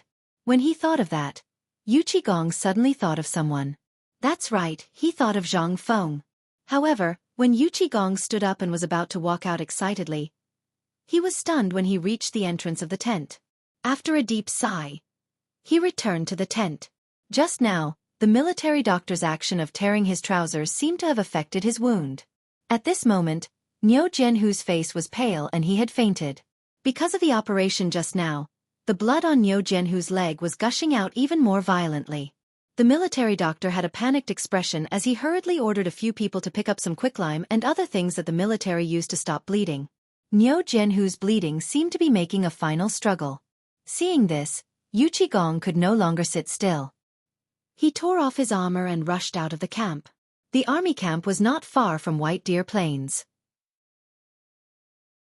However, when Yuchi Gong left the military camp and looked in the direction of White Deer College, he was slightly stunned. He didn't know what to say. What if even Zhang Feng and Dr. Sun couldn't do anything? At this moment, Zhang Feng and Dr. Sun were Yuchi Gong's last hope. If these two people couldn't do anything, then who else in the world could save Nyo Genhu? If he didn't save Nyo Genhu would definitely use up his last bit of life force in less than 3 days. Then, thinking of this, Yuchi Gong didn't hesitate anymore. He fiercely kicked the warhorse beneath him. The warhorse neighed in pain and madly galloped in the direction of White Deer College. At this moment, everything on the mountain was proceeding in an orderly manner. Those who were studying, and those who were doing other things were doing other things. It was rare for Zhang Feng to have some free time. He basked in the warmth of the sun and instructed Cheng Chumo and the others in their clumsy street dance moves. He would stand up from time to time and teach them. However, because Cheng Chumo and the others were too stupid, and because they were acting like young girls, they became shy. Zhang Feng was so angry that he simply brought the others along. At this moment, Zhang Feng faintly heard the sound of hurried horse hooves. His heart trembled and he was surprised. He thought that it was Ouyang Kai and the others returning. However, in the blink of an eye, he saw the answer. He saw Yu Qigong appear at the entrance of the college with a pale face. Zhang Feng was shocked when he saw this. Old Yu's condition wasn't right this time. Every time he saw Yu Qigong, he was always in a good mood. He had never seen him like this before. The people around him also saw the expression on Yu Qigong's face, and they were all shocked. Zhang Feng hurriedly instructed everyone to continue practicing, and then hurriedly caught up. Yu Qigong looked at Zhang Feng and then at Li Chengqian and the others. He sighed and said in a muffled voice, "Let's talk inside." Then, he plunged into Zhang Feng's small wooden house without looking back. When he entered, Zhang Feng wanted to say something. However, with his sharp senses, he actually noticed that there were a few drops of blood on Yu Qigong's face. Although the blood had already coagulated, when combined with Yu Qigong's current complexion, Zhang Feng couldn't help but be shocked. He hurriedly asked, "Old Yu, what happened?" Yu Qigong looked at Zhang Feng. He wanted to say something but stopped. After looking at him for more than 10 breaths, he sighed heavily. His mouth opened for a long time before he finally squeezed out a few words. "I'm fine, but I'm afraid Xiaohu won't live for long."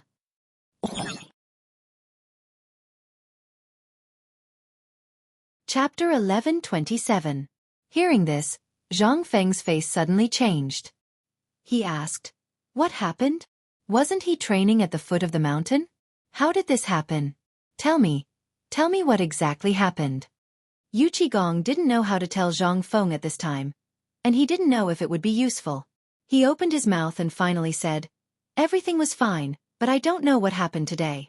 I heard that when Xiaoniu was training, he seemed to be climbing the God's Net wall or something. One of his legs got stuck on it, and in the end, it broke." Hearing this, Zhang Feng was shocked and hurriedly asked again, "Who did you hear this from?" "I saw it with my own eyes." Yu Qigong seemed to use the last of his strength to say this. His lowered eyes flashed with tears, as if he was thinking of Niu Jinda, who had gone through fire and water with him. He could understand the scene after seeing his son's miserable state. Zhang Feng was anxious. He grabbed Yu Qigong's shoulder and shook him hard. However, Yu Qigong was like an iron tower. No matter how hard Zhang Feng shook him, he didn't move an inch. Zhang Feng was so angry that he pounded on his chest and shouted, "Tell me what happened to him. Even if his leg was broken, how broken is his leg? If it's just a little bit, I can fix it right now." "Fix it? Haha." Yu Qigong laughed bitterly and said, "Even the bone stubble is out. Even if there are elixirs or gods, I'm afraid there's no way to fix it." Yu Qigong looked at Zhang Feng unwillingly, but suddenly a glimmer of hope burst out from his desperate eyes. He asked, "Fengzi, you just said you have a way? Do you have a way? You know Xiaoniu's situation. He's the only child in his life. What if? Do you have a way? I owe you my life. How about it?" Seeing that Zhang Feng didn't say anything, Yu Qigong's eyes reddened. "Take it that I, old Yu, am begging you. Tell me you have the most ideas. Help me think of a solution. I really don't have the face to face old Niu." "What are you talking about?" "Of course I have a way. If nothing goes wrong, not only will Xiaohu not die, he will be a good man again in 2 months. Do you believe me?" Yu Qigong was slightly taken aback when he heard this. A glimmer of hope flashed through his eyes as he looked at Zhang Feng, but he immediately laughed bitterly and shook his head. When Zhang Feng saw that Yu Qigong did not believe him, he hurriedly rummaged through the first aid kit in the house. At the same time, he went into the bedroom and took out the last half jar of alcohol from under the bed. This was the last half jar, but at this time, in order to set Niu Xiaohu's bones, Zhang Feng did not care much and took it all out. Seeing Zhang Feng like this, Yu Qigong was slightly taken aback.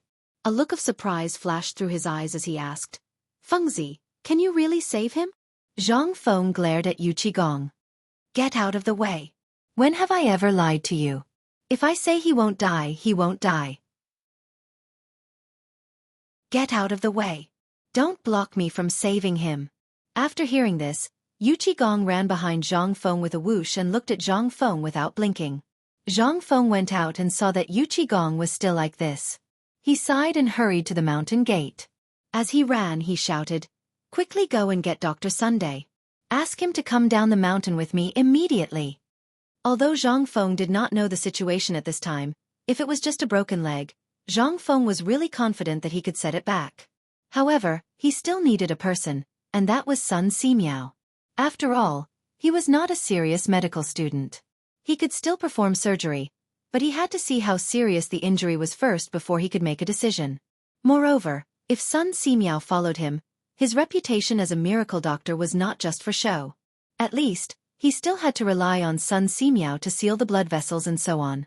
How could he, a dabbler, know these things? Seeing Zhang Feng running down the mountain in a hurry, Yu Qigong came back to his senses. He wiped the tears from the corner of his eyes and glared at Li Chengqian, who was stunned in place. Li Chengqian only came to his senses at this time and hurried to the small bamboo house where Sun Simiao lived. Originally, Cheng Chimo and the others wanted to go down the mountain to see who was and what happened. However, when they saw Yu Qigong's expression, they retreated in fear and continued to practice and dance. Yu Qigong quickly followed Zhang Feng. Although he was worried about this matter, he was more worried that this brat would charge into the military camp head-on. If that happened, he would not even know how he would die. As for Sun Simiao, he naturally knew the pros and cons of this matter and knew where to find him, so he did not need to worry too much. Yu Qigong rode his horse and caught up with Zhang Feng, who was sitting on a pole. He reached out his hand and gestured for Zhang Feng to get on the horse. However, Zhang Feng glared back, but he also knew that this was the time to save people, so he could not care less. Yu Qigong practically lifted him onto the horse's back, and then he heard Yu Qigong say, "Hold on tight." In the next moment, Zhang Feng truly felt the effects of a 100-meter catapult jump.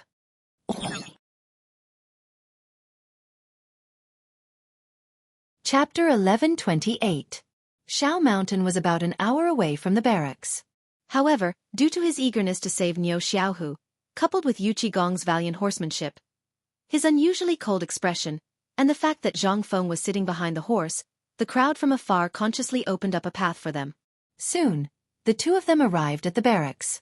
Zhang Feng entered the barracks under Yu Qigong's roar and saw the dying Niu Xiaohu. At this moment, Niu Xiaohu's face was as pale as paper.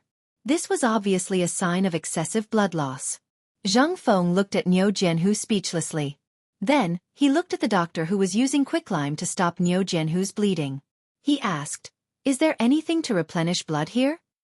From the perspective of traditional Chinese medicine, he was a military doctor. Even Yu Qigong had to treat him politely in the army. When he saw a young man approaching, he wanted to scold him, but when he saw that it was Yu Qigong standing beside him, he answered honestly, "Yes, there is." Without waiting for Zhang Feng to speak, Yu Qigong roared, "Since there is, why don't you go and prepare it?" What could the doctor say? He hurriedly ordered 2 of his disciples to prepare the herbs to replenish the blood.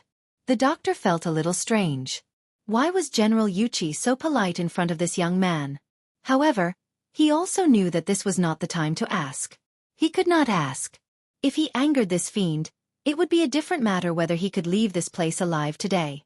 After Zhang Feng asked the doctor to leave, he took out alcohol from the first aid kit and a disinfectant bowl. He poured some alcohol into the bowl and soaked the dagger that Shiva had given him in it. Then, he took out a pair of scissors and asked for a lighter. With a bang, he lit the alcohol and carefully baked the scissors in the alcohol. Only then did he carefully cut all the cloth on Niu Jianhu's broken leg. Even though Zhang Feng was already mentally prepared, he still could not help but feel nauseous when he saw Niu Jianhu's miserable state. He could not help but feel nauseous. His face turned pale. At least 3 centimeters of the bone stubble was exposed. The fracture was still fine. There were no fragments or mud. However, the blood on the wound had already soaked the bed and soft mattress under Niu Jianhu's body. The blood had already flowed down the soft mattress and into the yellow soil on the ground. At this moment, the soft mattress had become muddy. The tent was filled with a pungent smell of blood. Zhang Feng could not care less. He knelt in the pool of blood as if he was making an extremely exquisite piece of art. He used a pair of small scissors that no one had ever seen before to slowly clean the leg hair and dried blood scabs on Niu Jianhu's leg. His other hand held an iron clamp with a ball of cotton. From time to time, he would dip the cotton into the bowl filled with the smell of alcohol and wipe it. This continued for a very long time. It was only when all the dirt on Niu Jianhu's right leg had been cleaned that Zhang Feng noticed his wound. Lu Jianhu's wound was obviously caused by a rapid fracture when he leaned back. This kind of wound was very difficult to treat and required surgery. On the way here, Zhang Feng had thought a lot. If the bone was broken but did not pierce through the flesh, then it would be fine. He only needed to make a plaster splint and lie down for 2 months to recover. However, at this moment, this was a little uncertain. After all, just as he had thought earlier, he was not a serious doctor. He was only a dabbler and only knew a little about physiology. At this moment, he could not care about anything else. After all, Niu Jianhu's leg was still bleeding. This was the most fatal point. If the blood loss was serious, even if his leg was reconnected, this kid would not be able to keep his life. At this moment, Li Chengqian hurried into the tent with Sun Simiao. As soon as they entered, Sun Simiao hurriedly put down the medicine box in his hand and squatted beside Zhang Feng. He looked at Niu Jianhu's leg and then looked at Zhang Feng. He asked, "Do you think he can still be saved?" Zhang Feng nodded heavily. "I'm going to reconnect his bones." As soon as these words came out, everyone present was greatly shocked. Reconnect bones. This kid actually said that he was going to reconnect Commandant Niu's bones? They had only heard of Guan Yu, Guan Yunchang, the divine Dr. Bianc, who had scraped his bones to treat his injuries. However, they had never heard of anyone who could connect bones in such a manner. Everyone knew that if one wanted to connect bones, one would have to cut open the flesh. Sun Simiao opened his mouth to ask, but in the end, he did not ask anything. He only asked, "Are you confident?" How confident was he? Zhang Feng did not answer Sun Simiao's question. Instead, he asked, "Can you help him stop the bleeding? If it continues to flow like this, even if his leg is reconnected, he may very well die from excessive blood loss." Sun Simiao pondered for a moment. He seemed to recall the book that Zhang Feng had given him. There was indeed such a record in it. He did not waste any time. Imitating Zhang Feng, he took out a large handful of silver needles and stuffed them into Zhang Feng's bowl of alcohol that was still emitting flames. He skillfully inserted needles all over Niu Jianhu's body. After a moment, a perfectly fine person's body exploded like a hedgehog. Niu Jianhu also seemed to be in pain. Although he was unconscious, he still let out painful groans.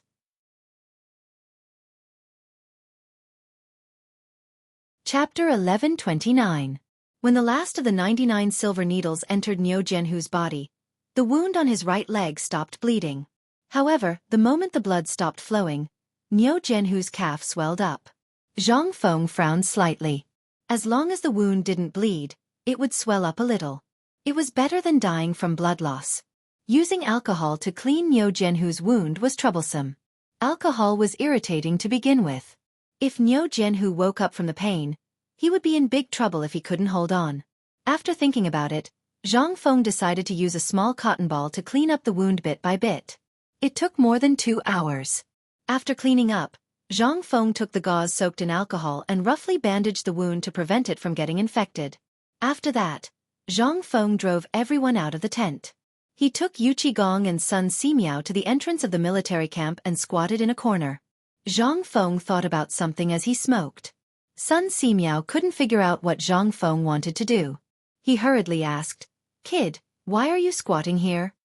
Zhang Feng didn't say anything. He just thought about something quietly.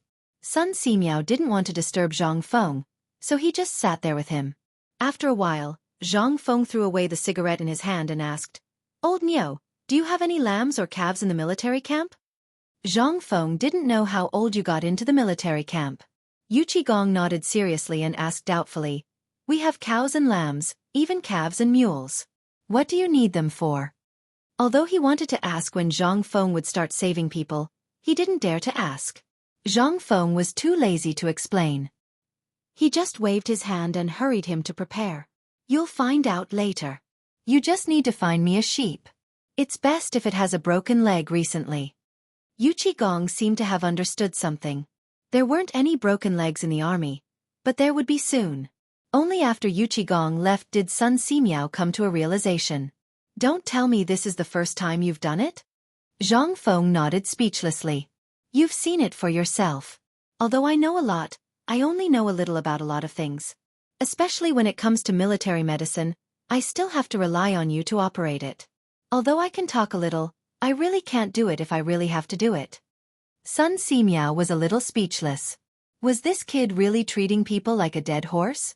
But at this moment, he also knew that even if he came, there was nothing he could do about Niu Jianhu's leg injury. Since this kid said so, he should have a certain degree of confidence. After all, this kid never did things that he was not sure of.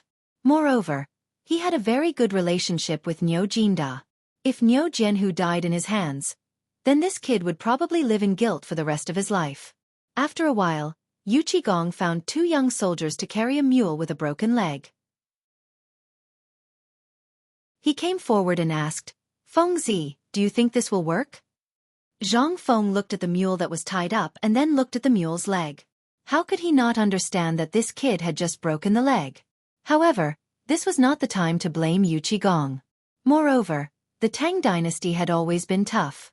If a mule could be exchanged for a person's life, then there probably wouldn't be a mule or even a donkey in the Tang dynasty. After everything was ready, Zhang Feng tore off a few threads that were thinner than hair from the gauze. However, after tugging, he couldn't be stubborn. Zhang Feng instantly became distressed. He was so anxious that he scratched his head. However, in the next moment, Zhao Feng saw that Yu Qigong's hair couldn't be washed. He couldn't help but have an idea. "Old Yu. What? Can I see a few strands of your hair?" Yu Qigong didn't know what this kid was up to, but he still pulled off a small handful of hair from his head and handed it to Zhang Feng. He opened his mouth and wanted to ask something, but he sighed heavily and quickly left without looking back. After he left, Zhang Feng found himself in a difficult situation. He originally wanted the 2 soldiers to move the mule to another place, but now, it was just him and Sun Simiao. They had to drag the mule with a broken leg to a secluded place. Using the same method, they shaved off all the hair on the mule's leg and disinfected it with alcohol. However, the mule was tossed around until it cried out a few times. Before it could do anything, a young soldier punched the mule in the face. The mule fainted from the pain once again. The young soldier chuckled and signaled Zhang Feng to continue. However, Sun Simiao was also staring at Zhang Feng. Seeing Zhang Feng like this, he couldn't help but be shocked and asked, "What are you doing?"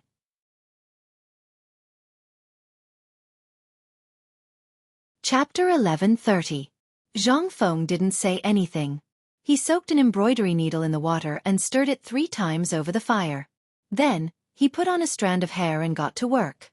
First, he slowly sewed up the torn flesh. After a while, Zhang Feng took out the dagger that was soaked in alcohol for a long time and was studded with gems.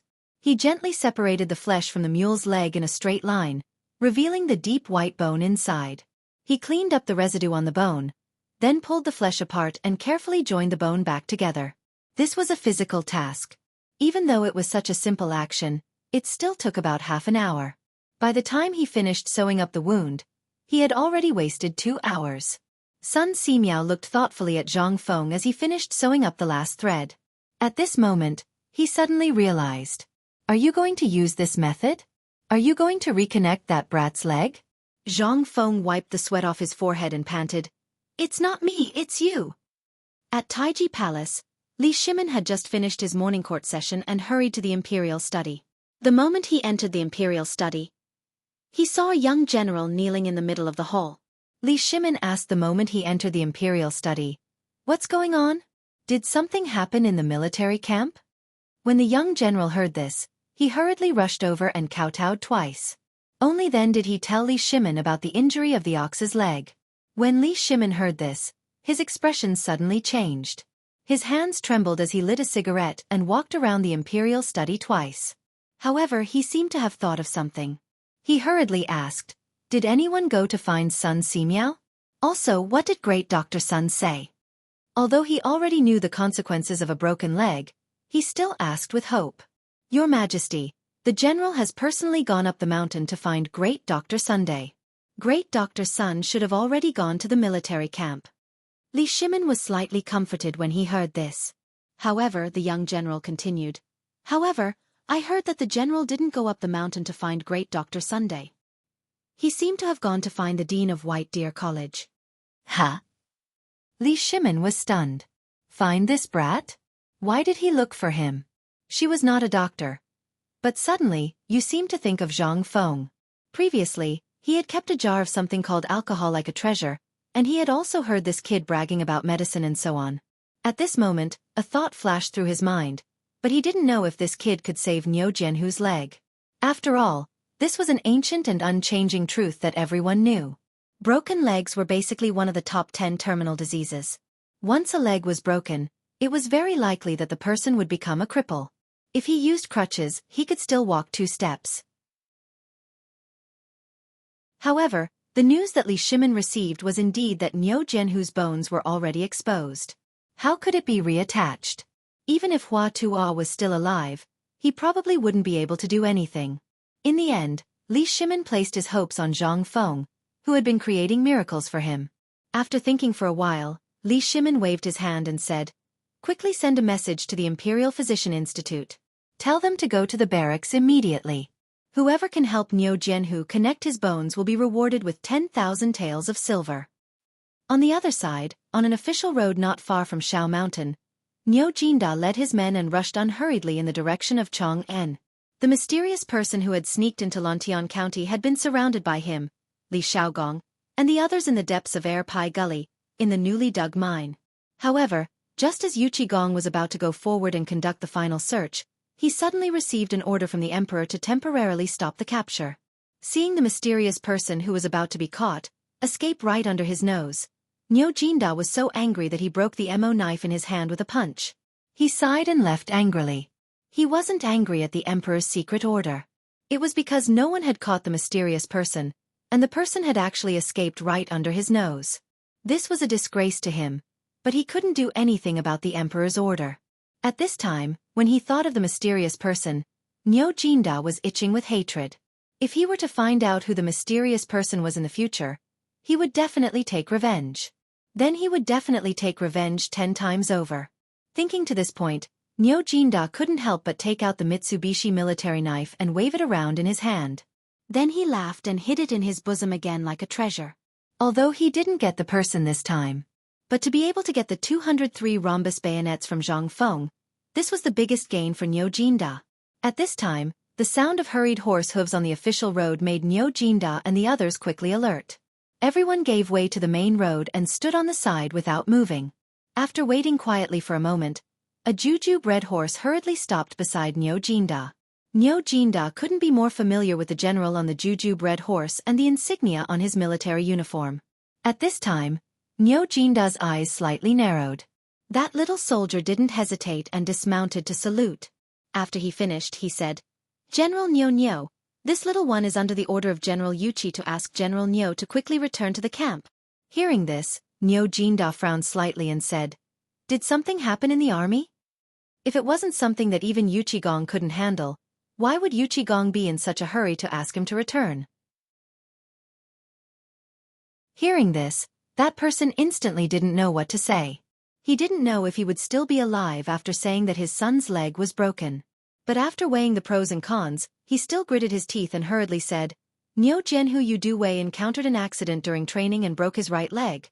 When Niu Jinda heard this, he was instantly stunned. His subordinates' faces also changed greatly at this time. Instantly drawing the long knife at his waist, that little soldier thought to himself that as expected. He smiled bitterly and waited for the judgment of fate. At this time, when Niu Jinda heard that his son's leg was broken, his entire person was in a state of confusion. Although the word impossible kept flashing in his mind, the other voice of his son's leg being broken kept ringing in his ears. After a moment, Lu Juanda angrily roared, "Jia!"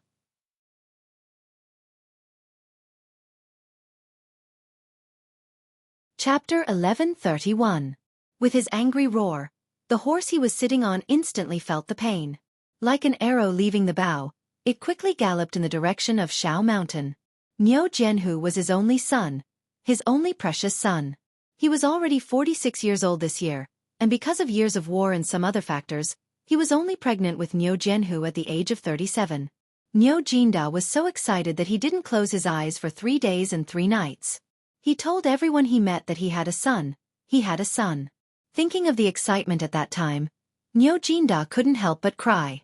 It was as if the scenes of the past had just happened yesterday. Impossible. My son was born smart. How could such a disaster happen to him? I've been honest all my life. I've never done anything heartless. Impossible. Impossible. Why? Why is it my son Jianhu? Why not someone else? Niu Jinda roared again and again as he ran madly to the military camp.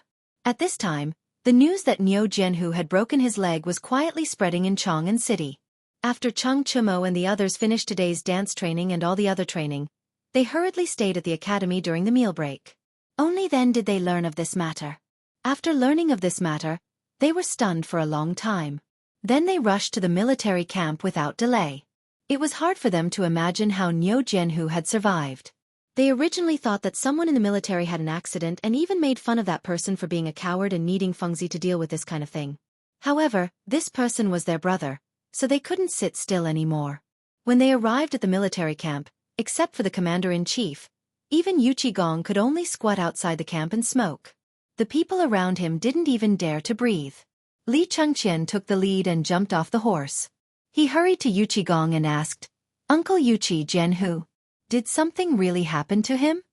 Yu Qigong's bloodshot eyes looked at Li Chengqian, and only then did he let out a snort as a response. "You've got a definite answer."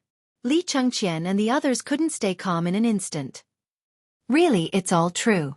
How is this possible?" "It was true.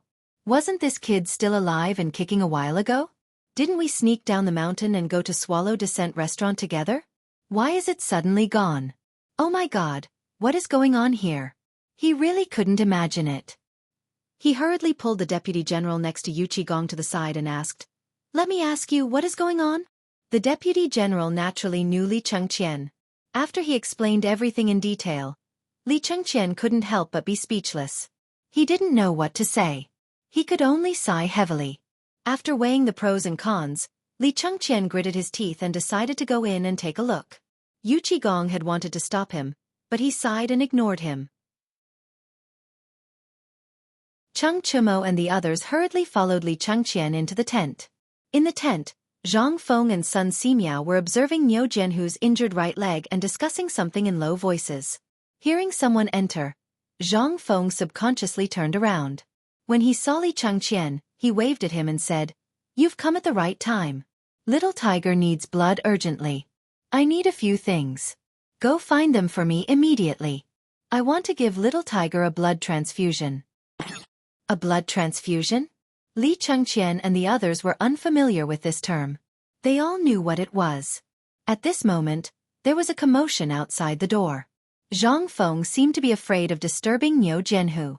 When he went out, he saw Yu Baolin kneeling in front of the tent with red eyes, carrying 3 people in uniform.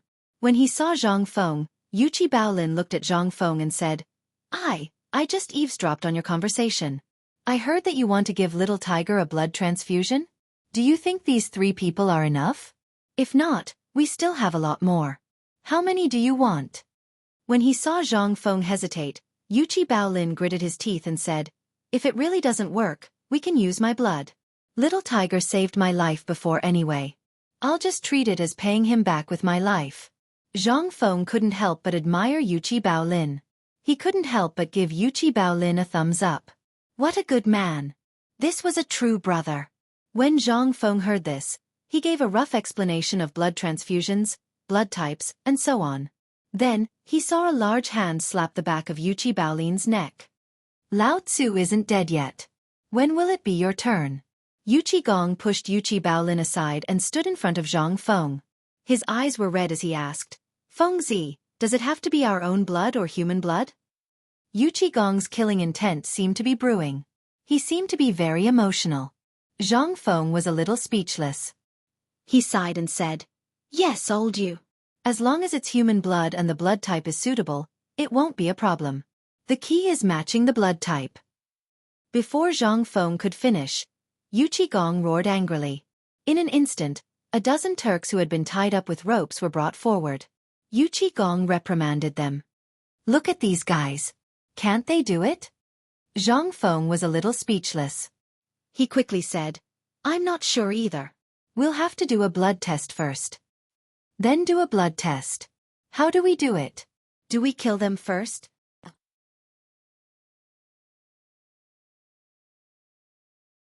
Chapter 1132.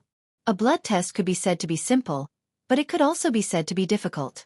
In the future, a blood test was the simplest thing to do. It only needed a piece of test paper, a straw, and a needle to solve the problem. But where was this? This was the Tang dynasty. Everything had to be made by himself. Just now, he was talking to Sun Simiao about this. The glass was easy to make. Zhang Feng took off the sunglasses he carried with him, but the remaining things were difficult. Zhang Feng thought for a long time before he finally found something that could be used for the blood type test.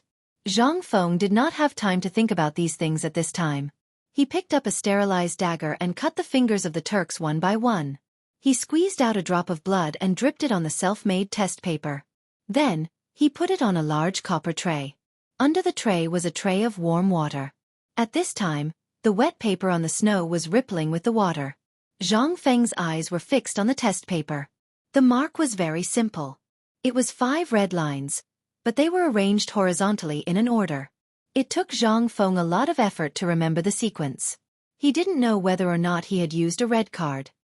He could only pray to the heavens in his heart. But fortunately, Lu Jianhu was a blood player. It wasn't a lot of facts. He just needed to prepare the blood needed for the surgery. As for what happened after, this kid's body was strong and should be able to survive. After all, this was all he could do. He was a little doubtful and missed the medical equipment of the future. If he had a set of equipment in the Tang dynasty, or if he could activate his golden finger, how good would it be? If he encountered such a thing again, he would not have to worry so much. But it was useless to think too much. The most important thing at this time was to quickly think of a way to solve the blood problem. After testing 3 people in a row and still failing, Zhang Feng could not help but feel a little discouraged and anxious. Suddenly, Zhang Feng seemed to have thought of something. In ancient times, there was no scientific basis for the blood test. However, it seemed to have seen a video explanation on Bilibili. Although there was no scientific basis for this method, it could still test the simplest kind of matching or similar blood type experiment. He could not help but feel happy. He hurriedly followed a small bowl of water into the tent.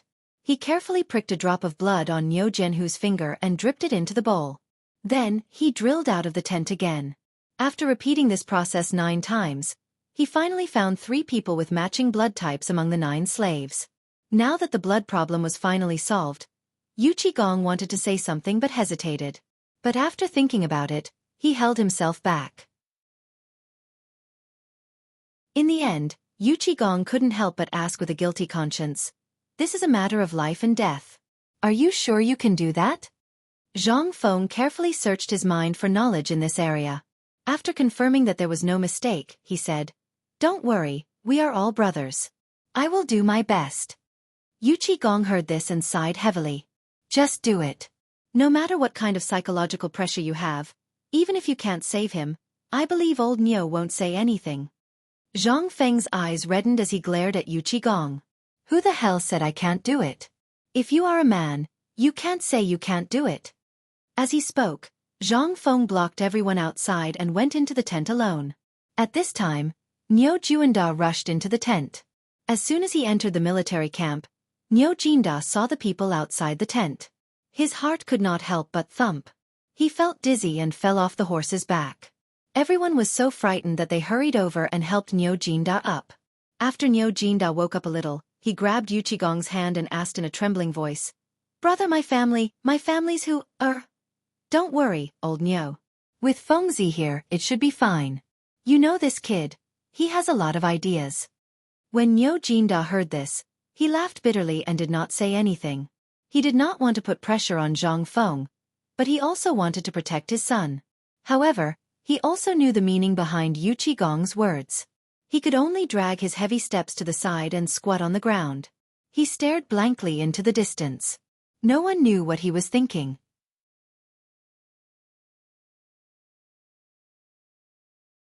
Chapter 1133. At this time, Zhang Feng, who had been silent for a long time, suddenly lifted the curtain of the tent. He shouted to the outside, "Bring in the 3 people who were mocked just now." Hearing this, everyone could not help but be happy. Niu Jinda was still squatting there like a wooden sculpture, pretending that he did not hear anything. After being in the army for so many years, he had also encountered such things. Every time he met those soldiers, the final outcome was extremely miserable. Even now, he could still clearly remember the horrible scene before those people died. He did not expect that it would happen to his son at this time. Nyo Jinda did not know if this was retribution or something else. Yuchi-gong looked at Nyo Jinda and sighed heavily, but he did not say anything. At this time, Zhang Feng looked at the 3 tied-up Turks being brought into the tent and kneeling in front of Zhang Feng. Although they did not know what Zhang Feng's people were talking about, their intuition told them that it was definitely not something good. They desperately shrank back and struggled. Even when several burly men grabbed their hands and brought them in front of Zhang Feng, the 3 people were still trembling with fear. At this time, Zhang Feng suddenly felt like he was a person from Sakura Island. After stepping on the blood from their hands again to confirm the blood type, Zhang Feng ordered several burly men to wash the arms of the 3 people well. He did not know whether these Turks were born like this or what. Their hands were full of greasy stains, as if they had been soaked in mud. Zhang Feng did not want Niu Xiaohu to die of a bacterial infection. The 3 Turks were washed clean. At this time, except for a piece of cloth, their bodies were as red as cooked shrimps. Obviously, the bath just now was very uncomfortable. Although the 3 of them were blindfolded, their instincts made them struggle desperately. Under the efforts of several burly men, they were forced into the tent. The 3 of them were still forced into the tent. On the soft mattress, Zhang Feng used a bamboo pole, the urine bladder he obtained from the mule, and the intestines of a carp. There were also 2 hollow fish bones. The hollow fish bones were connected to the 2 ends of the fish intestines. One end was above the mule's urine, hanging high on a frame, and the other end was dripping with a drop of alcohol. After several burly men knocked the 3 Turks unconscious and fixed them on the frame, Zhang Feng's guilt made him say, "Amit ba," several times in his heart. Just like the Imperial Army, he suddenly felt that in order to be a good brother, Zhang Feng forcibly brainwashed himself. This was the Tang dynasty, this was the Tang dynasty. Gritting his teeth, Zhang Feng rubbed the alcohol on the shoulder of a Turk, and then stabbed the fishbone fiercely. In Zhang Feng's worry, the black blood slowly flowed into the mule's urine. Seeing this, Zhang Feng's face lit up. He hurriedly took out another tube, which was connected to the hollow fish bones and the fish intestines, from the alcohol basin, and pierced it into the urine. After the blood slowly flowed out from the other end of the tube, Zhang Feng carefully inserted the fishbone into Niu Jianhu's artery. After carefully observing for a moment and seeing that the blood was slowly and orderly entering Niu Jianhu's body, Zhang Feng let out a long sigh of relief. However, at this time, Zhang Feng didn't dare to relax. After all, he had never tried this method before, especially when he wasn't sure if the blood type really matched. He waited for another half an hour. Niu Jianhu's originally weak breath slowly changed, gradually becoming longer. His chest also slowly regained a trace of vitality, rising and falling rhythmically. His slightly purple lips also began to have a touch of blood. Only then did Zhang Feng heave a sigh of relief. He quietly walked to the door and waved his hand at Sun Simiao. Sun Simiao hurriedly entered the tent. When he saw this magical scene, he didn't have time to marvel. Zhang Feng hurriedly said, "Let's check his pulse first and see if this method is effective." Sun Simiao didn't dare to delay. He hurriedly put his hand on Niu Jianhu's pulse. When he saw that the pulse was gradually stabilizing, he was relieved. "It's done." This sentence seemed to affirm Zhang Feng's efforts at this time.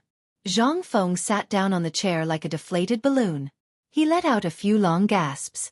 After hearing Sun Simiao's affirmation, Li Chengqian, who was lying at the door, exclaimed in a low voice, "Xiaohu is alive! Xiaohu is alive!" Hearing this, everyone was pleasantly surprised and cried tears of joy. Yuchi Gong instinctively glanced at Niu Jinda and sighed heavily. No one knew better than him how his old friend felt at this time. Patting Niu Jinda's shoulder, Yuchi Gong sighed and said, "Xiaohu is fine." Hearing this, Niu Jinda was stunned. He wanted to refute, but when he opened his mouth, he didn't know what to say. He didn't even bother to take the cigarette. He hurriedly got up from the ground and rushed into the tent. He looked at the strangely shaped blood transfusion device. Then he looked at Niu Jianhu, who seemed to be sleeping soundly. Niu Jinda, who was like an iron tower, suddenly burst into tears.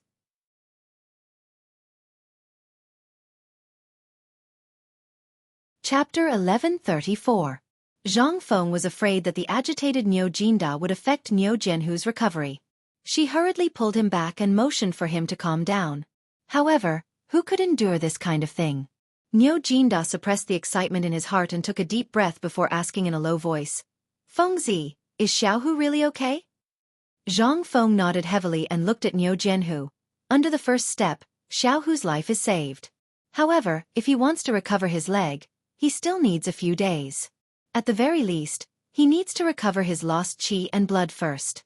Let him recover some of his physical strength before he can undergo surgery. Surgery to set the bone. Niu Jinda didn't know what surgery was, but when he heard Zhang Feng's words, he knew that Niu Jianhu would definitely not die. Thus, he made a gesture to kneel down. Zhang Feng hurriedly hugged Niu Jinda tightly and said, "Old Niu, if you dare to kneel down, then our brotherhood will come to an end. I, Zhang Feng, will turn around and leave now. I will never acknowledge you as my brother again." When Niu Jinda heard this, he didn't know whether to kneel or stand. After pondering for a moment, he rubbed Zhang Feng's head. Although Zhang Feng hated it when others touched her head, she also understood how a father felt at this moment. Cough, cough, cough. At this moment, a sudden coughing sound caused everyone inside and outside the tent to hold their breaths. Zhang Feng, Sun Simiao, and the other three hurriedly looked at Niu Jianhu on the bed. Niu Jianhu had unknowingly opened his eyes. Although it was a little weak, Niu Jianhu still forced himself to stay awake. He looked at Zhang Feng with a bitter smile and said, "Fengzi, I'm useless. I've caused you trouble." Zhang Feng's eyes became hot. She patted Niu Jianhu's shoulder and said, "What nonsense are you talking about? You've already done enough. Don't think too much about it. Just focus on recuperating. In a few days, I'll let you witness a miracle. Lao Tzu will let you climb back up just like how you fell." Niu Jianhu laughed bitterly when he heard this. He knew that he couldn't keep his leg. He thought that Zhang Feng was comforting him, so he nodded respectfully and agreed. Only then did Niu Jianhu look at Niu Jinda and call him father with a choked voice. Niu Jinda shuddered when he heard the word, father. Although he tried to hold back his tears, his trembling body betrayed him. Niu Jinda sighed hoarsely. Niu Jianhu comforted him. "It's all my fault. I was careless. I hope father won't blame others. I didn't do well enough." I know. Just focus on recuperating. Fengzi said that you'll be able to walk in 2 months. Don't think too much about it. Otherwise, Fengzi will be busy for half a day. Don't cause trouble for lunatic. However, before he could finish, Niu Jianhu fell into a coma again. When he woke up this time, everyone could finally breathe a sigh of relief. When everyone saw that Niu Jianhu had fainted, they wanted to say something. However, Zhang Feng waved his hand, indicating that he was fine and that he had just lost a lot of blood. Then, he asked everyone to leave the tent. At that moment, only Zhang Feng, Sun Simiao, the unconscious Turk, and Niu Jianhu were left in the tent. Zhang Feng looked at Niu Jianhu and said, "Elder son, we only have 3 days to prepare. After 3 days, regardless of whether it succeeds or not, this surgery must be done. If we don't do it on his leg, the wound and bones will become infected. When that time comes, we'll have to amputate his leg." Sun Simiao frowned slightly. He wanted to say something, but in the end, he didn't say anything. He just faintly agreed. After all, the military camp wasn't a place to stay for long. When Niu Jianhu's condition improved slightly, Zhang Feng made a stretcher and ordered someone to send him back to the academy. After all, there were many things that weren't easy to use in the military camp. For example, there were some materials for experiments and surgery, as well as some anti-inflammatory and disinfectant items. When they were on the mountain, they had prepared a lot of things when they had nothing to do. When they came, they didn't know what was going on, so they just picked up the important things and brought some. As soon as they left the military camp, Zhang Feng looked at Chen Chumo and couldn't help but ask, "Why haven't I seen General Yuqi or General Chen since I came from the military camp? It's been more than 2 hours." Chen Chumeng had long known that Zhang Feng would ask this. After all, everyone would ask the same question. How could there be such a person in the military camp? He felt a little helpless, but he looked at his shoulder and asked, "Do you think that if someone went up the mountain to look for you, you would definitely be on the mountain?" This question made Zhang Feng a little surprised. Chen Tinyu was right. According to the usual practice of the Tang dynasty, Cheng Yaojin might not be here at this time because of other things. After all, such a big thing had happened before, so it would be strange if Cheng Yaojin could sit still in the military camp. As for Yu Qigong, Zhang Feng really didn't know. Zhang Feng also wanted to meet the two legendary gods of war of the Tang dynasty. But at this time, it seemed that it was not fate. Then, he shook his head and went up the mountain in silence.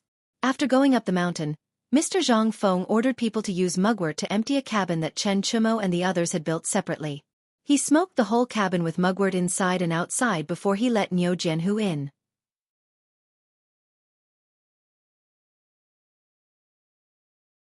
Chapter 1135. Dugo watched all this with his eyes wide open. He opened his mouth, but in the end, he couldn't say a word.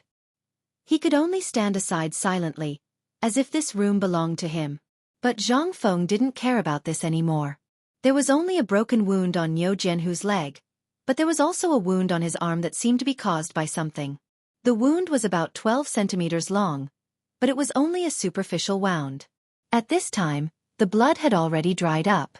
Zhang Feng speculated that it might have been caused by a scrape or something on the wooden pile after falling down when climbing the net wall. At this time, it couldn't be seen. Zhang Feng took the cotton dipped in alcohol with tweezers and carefully cleaned Niu Jianhu's arm. He even shaved off the hair on his arm. He didn't want Niu Jianhu, who had survived with great difficulty, to have any sequelae. Therefore, before doing everything, he disinfected with alcohol again and again. At this time, Sun Simiao had completely become his assistant. Each of them took a needle and carefully stitched up the wound. Although Sun Simiao's hands were trembling badly, and the stitches were twisted and turned, he still persisted. Anyway, this Niu Xiaohu didn't rely on his appearance to earn a living. Moreover, only the inner side of his arm was exposed. Ordinary people wouldn't notice the wound on his hand unless they looked carefully. It was already good enough that a man didn't die. How could he be picky?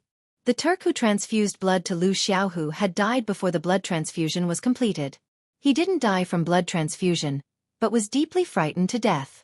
As for the death of the Turk, although Zhang Feng felt a little guilty, other people didn't have any reaction to it.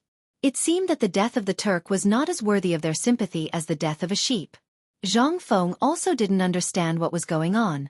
In the end, he could only conclude that the people at this time were tough.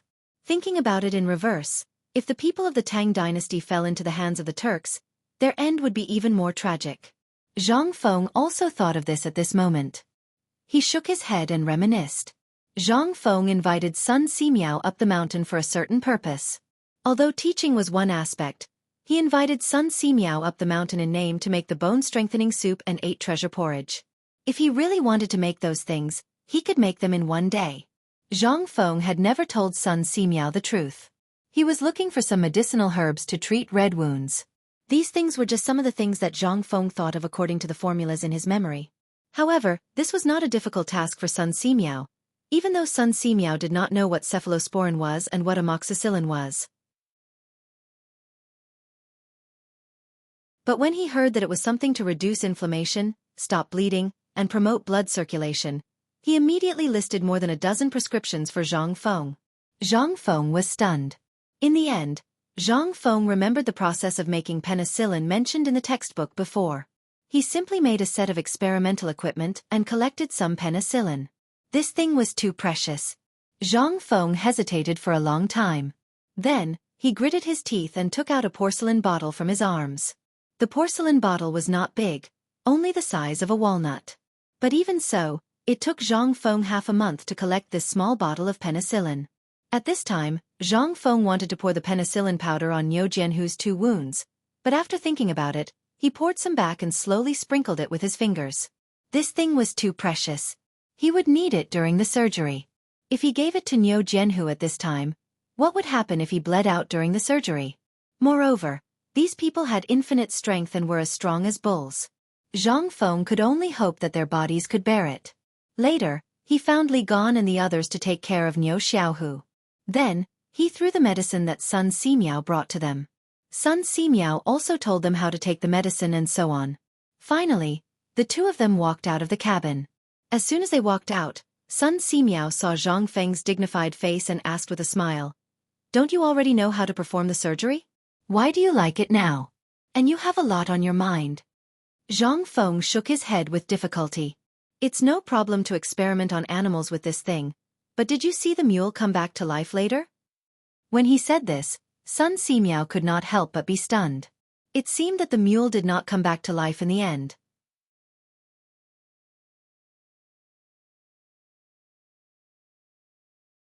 Chapter 1136. Sun Simiao didn't understand why Zhang Feng was still thinking about the mule at this time. On second thought, he felt that what Zhang Feng said was not unreasonable. If the mule was already like this, then if it was used on people. Although Luozi's leg was broken by someone, and it was broken in 2 or 3 sections, this was not the main point. In the end it was still connected. The main point was the process of how to connect the bones. This was the main point. Sun Simiao was also a smart person. He didn't need Zhang Feng to explain it in detail. He already knew the knack of it. "Do you mean that you want to continue the experiment, and these 3 days are the time left for the experiment?"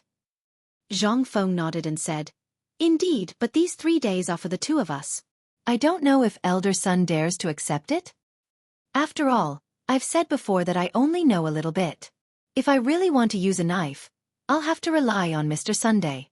I'm just a person who fishes for fame. If I really want to use a knife, I'll tremble." Sun Simiao laughed and said, "If that's the case, then old man will go back first and think about it carefully. How should we do this thing? But do you think this kid can last for 3 days?" Zhang Feng nodded. 3 days is definitely not a problem. After all, the bone contusion and muscle damage are too serious, so we have to wait for his wound function to recover a little. There are some things that I can't tell you in 1 or 2 sentences for the time being. After dealing with Xiaonyo's matter, I will tell you in detail. How about the whole process of this operation?" Hearing this, Sun Simiao nodded with satisfaction. But the next moment, Sun Simiao said earnestly, "Kid, I know you are kind, but it also depends on the place. The blood to create life, the blood to return the soul, and the bone connection technique have never happened since ancient times. You should also know what the consequences will be if this matter is spread out." Zhang Feng was worried about this. He sighed and said, "Elder son, I know everything you said, but you have to give me some time. After all, it's a matter of life and death. I was too agitated back then and didn't care about anything else. However, I don't think anyone will care about something like that." Sun Simiao looked at Zhang Feng meaningfully. Then, without saying a word, he went to prepare for the operation on Mo Xiaohu. After sending off Sun Simiao, Zhang Feng dragged his tired body back to the cabin. Just as he was about to sit down, he realized that Chang Yaojin and Yu Qigong were quietly sitting on the side of the recliner, staring at him. This scared Zhang Feng so much that he trembled.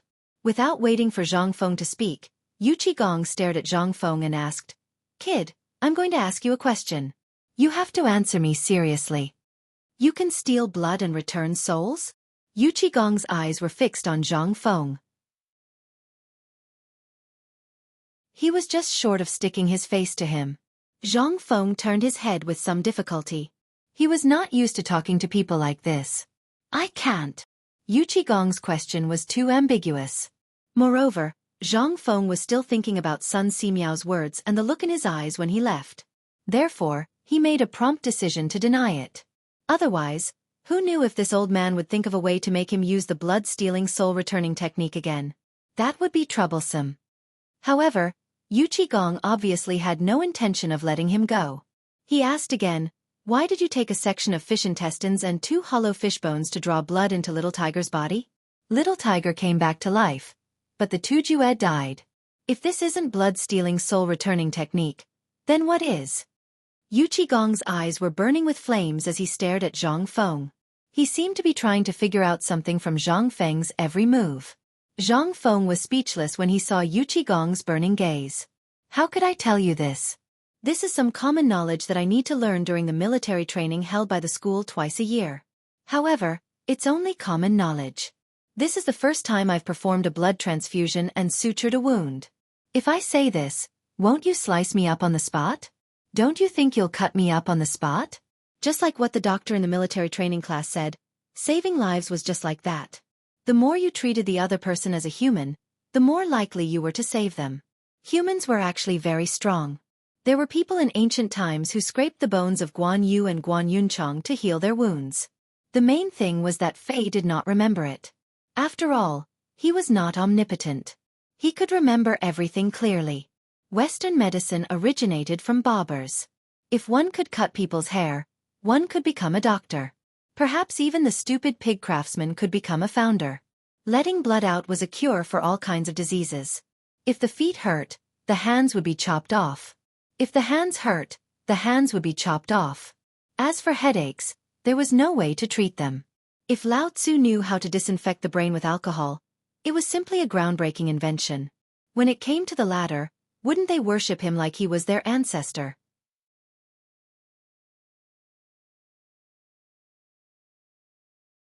Chapter 1137. Just as a madman once said, "What's so great about a car? It's just an engine, for people, and a metal box." How wise is that? Anyway, I heard that his car company is very popular, and I haven't heard of any major problems. Similarly, what is a person? 2 arms and 2 legs at home. A body full of carbohydrates. If you know the cause, you can treat it casually. Didn't you see that the calf came back to life? As long as the calf can come back to life, it proves that my theory is correct and must be carried forward. Thinking of this, Zhang Feng's heart calmed down. Xiao Hu had an accidental fracture, so you also saw that bone fragment. If you don't stop the bleeding, he might really die. If he loses too much blood, find someone with the same blood type to give him a blood transfusion and he'll come back to life. Do you still need to ask? Zhang Feng seriously doubted whether he was playing the lute to a cow. Discussing blood types with the ancients was purely because he had nothing better to do. Sure enough, Chang Yaojin and Yu Qigong both blushed and stared at Zhang Feng as if they wanted to swallow him whole. Zhang Feng hurriedly begged for mercy, saying that he had just finished the operation to treat Xiao Hu's injuries and had exhausted a lot of energy. Only then did he succeed in fooling the 2 people. However, it was clear that Chang Yaojin and Yu Qigong had no intention of letting Zhang Feng go. After Zhang Feng lay back on the recliner, the 2 lit up their cigarettes and sat on either side of Zhang Feng. They asked, "Fengzi, your medical skills were all taught by your master. Then tell us, other than being able to set bones, change blood, and take lives, what else can you do?" Zhang Feng knew that the 2 of them would not let him go. Smoking, he made up a lie. "My master said that learning these things is only a small path after all. There are many things that my teacher is not willing to teach me. He said that life is full of troubles, and it's enough as long as I don't get cheated by others. The more I learn, the more trouble I will have. He hopes that I can live a simple life. Heaven and earth have their own rules, and forceful interference will only add new troubles. It's better to let nature take its course. I understand. I've seen my master perform these things before, and I'm just copying them." Zhang Feng had no choice but to brag to the psychiatrist during his military training and set up a high ranking for him. Yu Qigong was a bit disappointed that Zhang Feng didn't live up to his expectations. He was a bit depressed, but he couldn't say a word as he looked at Zhang Feng for a long time. In his opinion, Zhang Feng had such a miraculous master every day, and he only learned a little about medicine. Which one of these skills wasn't earth-shattering? However, Yu Qigong looked at Zhang Feng for a long time and didn't know who to blame, so he put down his hand. After all, Zhang Feng had already done a good job, and as he said, his master had only taught him for a very short period of time. It was already enough for him to learn so much.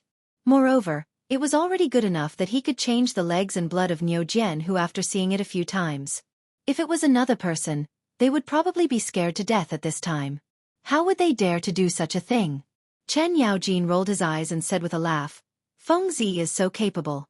As his older brother, I'll be blessed in the future. If I have any difficulties in the future, I'll look for you. Old you, this is Fengzi's secret. Why do you care where Fengzi learned it from? A blind cat, a dead cat, a cat that catches mice is a good cat. Don't you understand this principle?" Chang Yaojin repeatedly gave Yu Qigong a look, then hugged Zhang Feng and said with a laugh, "Let's not talk about these annoying things. Let me show you something good. Old Niu told me to give it to you." Chang Yaojin's mind was more lively. It wasn't that he was careless. If Chang Yaojin was really careless, then you were the real idiot. Which person who could become a duke wasn't a shrewd person? However, compared to Chang Yaojin's simple-mindedness, Yu Qigong was somewhat depressed. He walked out of Zhang Feng's small wooden house and smoked while squatting at the door to study the strange blood transfusion equipment. The equipment was very simple. In fact, it was just a piece of fish intestine, 2 hollow fish bones, and a mule whose leg had just been broken by her. Yu Qigong couldn't help but be deeply shocked. However, at this time, looking at the two laughing and joking around, Yu Qigong couldn't help but smile. When a person became younger, their heart also seemed to become younger. Zhang Feng, who was 34 or 35 years old mentally, and a person who was actually close to 30 years old. However, the strange thing was that Zhang Feng didn't have any real generation gap. Compared to Yu Qigong, Zhang Feng preferred to spend time with Old Chen. Old Chen's thoughts were very simple and he was a very good person. This made Zhang Feng very happy. After all, every time he spent time with Old Chen, his mind and body would be extremely relaxed. Zhang Feng couldn't remember when was the last time he laughed and joked around without hiding anything. Maybe it was a month ago.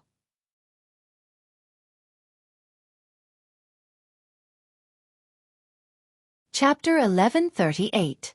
Since he had nothing to do, Zhang Feng curiously asked, "Old Chen, do you know what's going on with those Turkic slaves in the army? They seem to have just been sent here."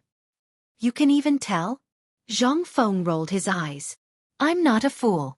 I really can't tell. What do you take your brother for?" Chen Yaojin laughed and told Wang Zhong the whole story. During this period of time, more and more soldiers had been garrisoned in the Lanzhou and Liangzhou camps, even extending to Chotzi City. However, with more people, more military supplies were transported. This also attracted the attention of the Turks who were pacing back and forth on the east side of the hall. They were also short on supplies, and they didn't even have enough to eat. When they saw a long line of caravans, there were naturally people who were willing to take the risk. The ones who were caught were a group of Turkic scouts. Half a month ago, according to Old Chen, his camp had been ambushed by these people. After sacrificing more than 30 people, Old Chen's subordinates had finally managed to kill these Turks.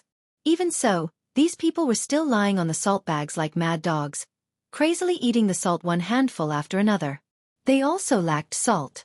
Chang Yaojin had kept the price of salt at 1 yuan per caddy. Moreover, there was a price but no supply. How could this not cause resentment among the people? Chang Yaojin opened up the supply of vinegar cloth and a small amount of fine salt to eat. At least it had the taste of salt. Anyway, the common people usually didn't eat much salt. The purpose of this was to strictly prevent the Turks and the streamers from causing trouble and spreading this precious thing. After all, the salt sold to the public at this time was poisonous. This was something only a few of them knew. If the matter of these years was spread out, it would be big trouble. Therefore, Chang Yaojin did not care about anything else and kept these people here. In this regard, Zhang Feng also faintly felt that the Turks lacked salt. The Turks' geographical location was very special, belonging to the high-altitude plateau. No one could last more than a few days in a high-intensity activity. Moreover, the situation was unclear at this time, and the Tang army had dispatched so many troops to sneak here.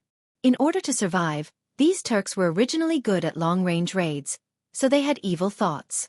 They took the risk out of desperation, and when Chang Yaojin and the others were not paying attention, they were able to take advantage of the loophole. However, they didn't expect that this group of caravans was actually the transport team of the officials of the Tang dynasty. Those who could escort the officials were all good men in the army. In this battle, Chang Yaojin lost more than 30 people. One could imagine how tragic this battle was. According to Chang Yaojin, only a few of the 7 Turkic fishermen were left alive. They even knew how to open a trap and brought them back. As for the rest, regardless of whether they were crippled or not, they were all killed. Thus, the scene that her husband saw in the camp happened. Living in a peaceful world, when had she ever experienced such a tragedy? That was more than 100 fresh lives. Just because of a mouthful of salt and a mouthful of rice, they lost their lives. In Zhang Feng's view, this was simply inconceivable. For him, not to mention a gene of salt, even 2,000 gene of 1 yuan was only worth 2 to 3,000 yuan in the future. Even if it broke the sky, it would only be worth 4 to 5,000 yuan. More than 100 Turks were all killed for this thing. Zhang Feng didn't think that the other dozen people who fell into Old Chen's hands could survive safely. After all, Old Chen was only a businessman. The real power to execute these people was in the hands of the two great generals in the army. However, even if one's head was cut off, it would only be a scar the size of a bowl. Why did rich people cherish their lives more? As the saying goes, the richer you are, the more afraid of death. This was an eternal truth. Poor people lived a life of suffering. If they couldn't even bear this, there was no need for them to live. They couldn't stay in the house anymore. There were two big chimneys. God knew how long they had been smoking in the house. At this time, after smoking 2 cigarettes, Zhang Feng was so choked that he couldn't speak. He hurriedly went out to see the sun. He simply lay on the grass and looked up at the clouds in the sky that came and went in a hurry. Seeing this, Chang Yaojin and Yu Qigong smiled and lay on the grass and looked up at the sky like Zhang Feng. The sky around Xi'an in the Tang dynasty was very pure. There wasn't a trace of pollution. It was as pure as a newborn baby. The sky was so blue that it was a little dark. The clouds in the sky were like a bunch of cotton ready to fight in the air. When the wind blew, the clouds would ripple. Looking at the deep black, there was a sense of vicissitudes of mystery in the dark blue. Unlike in the future, it was extremely rare to see a trace of blue in the sky of Xi'an. Not to mention Xi'an, it was also extremely rare to see such a pure blue sky in other places.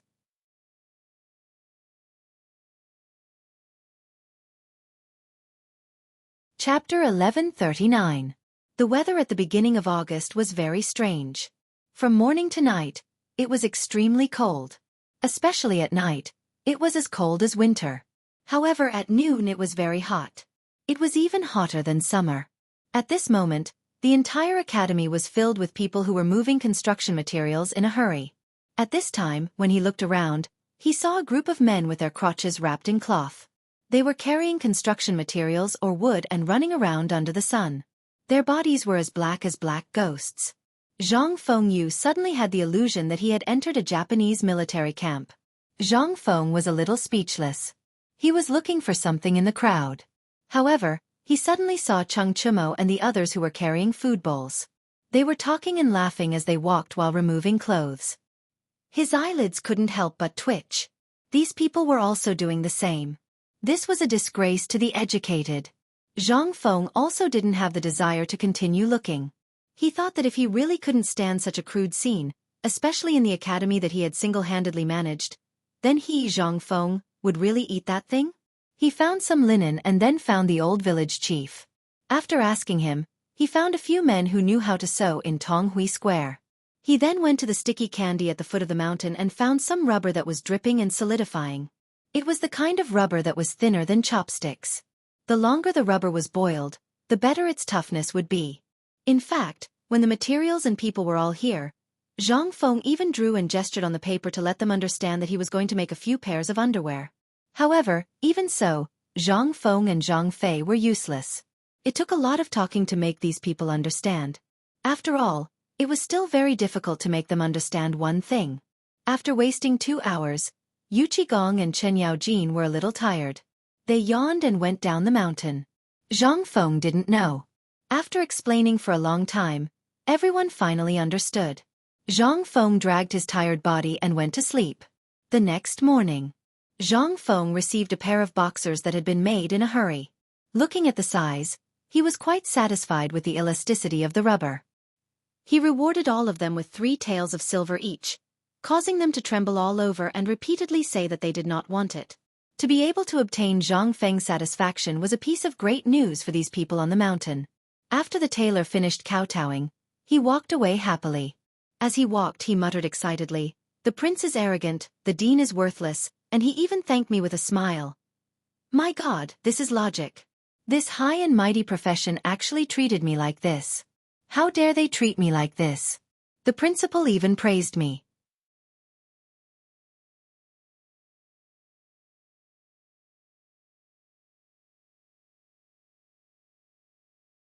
Chapter 1140. At this moment, Zhang Feng suddenly caught a glimpse of Yu Qigong walking out of Niu Xiaohu's house. He was smoking and staring at the thong in Zhang Feng's hand. Zhang Feng was a little surprised, but he understood after thinking about it. He asked, "How's Xiaohu's injury?" "He's fine. He drank a bowl of bone-strengthening powder this morning and fell asleep again. His complexion has recovered a lot. Other than his leg being unable to move, he's basically no different from a good person. Yuchi Gong's mood was a little better today, but when he saw the strange thing in Zhang Feng's hand, he asked curiously, "What is this?" Seeing this, Zhang Feng shook the thong in his hand and said, "This is that, crotch cloth. I don't know what's going on these days. They all like to wear crotch cloth when running around. It's a disgrace to the academy. So when I saw them like this yesterday, I really couldn't bear to look at them, so I got someone to make one for them to try first. If it fits, then I'll get someone to. Leave this matter to me. You should take a good rest. Treat Xiaohu's legs first. Leave these miscellaneous matters to me." Yuchi Gong didn't wait for Zhang Feng to finish and interrupted him. He took over this matter. He also didn't know what this thing was and whether it would be awkward to wear. But since it was made by Zhang Feng, it was definitely a good thing. So, Yuchi Gong made a prompt decision and packed it up. After all, he had already taken over the textile factory. In his opinion, this thong should belong to this category. As long as it belonged to this category, he would be in charge.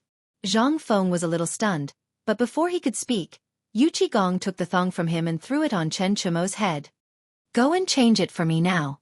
Ask Lao Tzu to see what magical thing it is." Chen Chumo was overjoyed when he heard this. He hurriedly put the thing on his body in front of everyone, following Zhang Feng's instructions.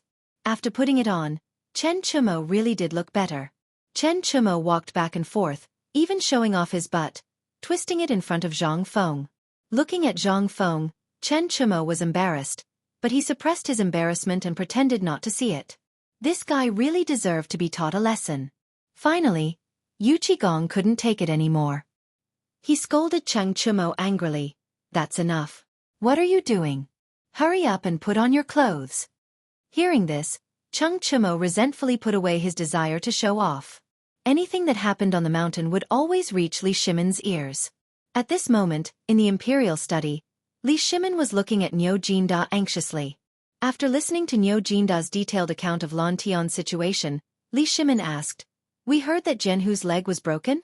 Is there such a thing? After hearing about it yesterday, we sent the imperial physician to the military camp. How is he now?"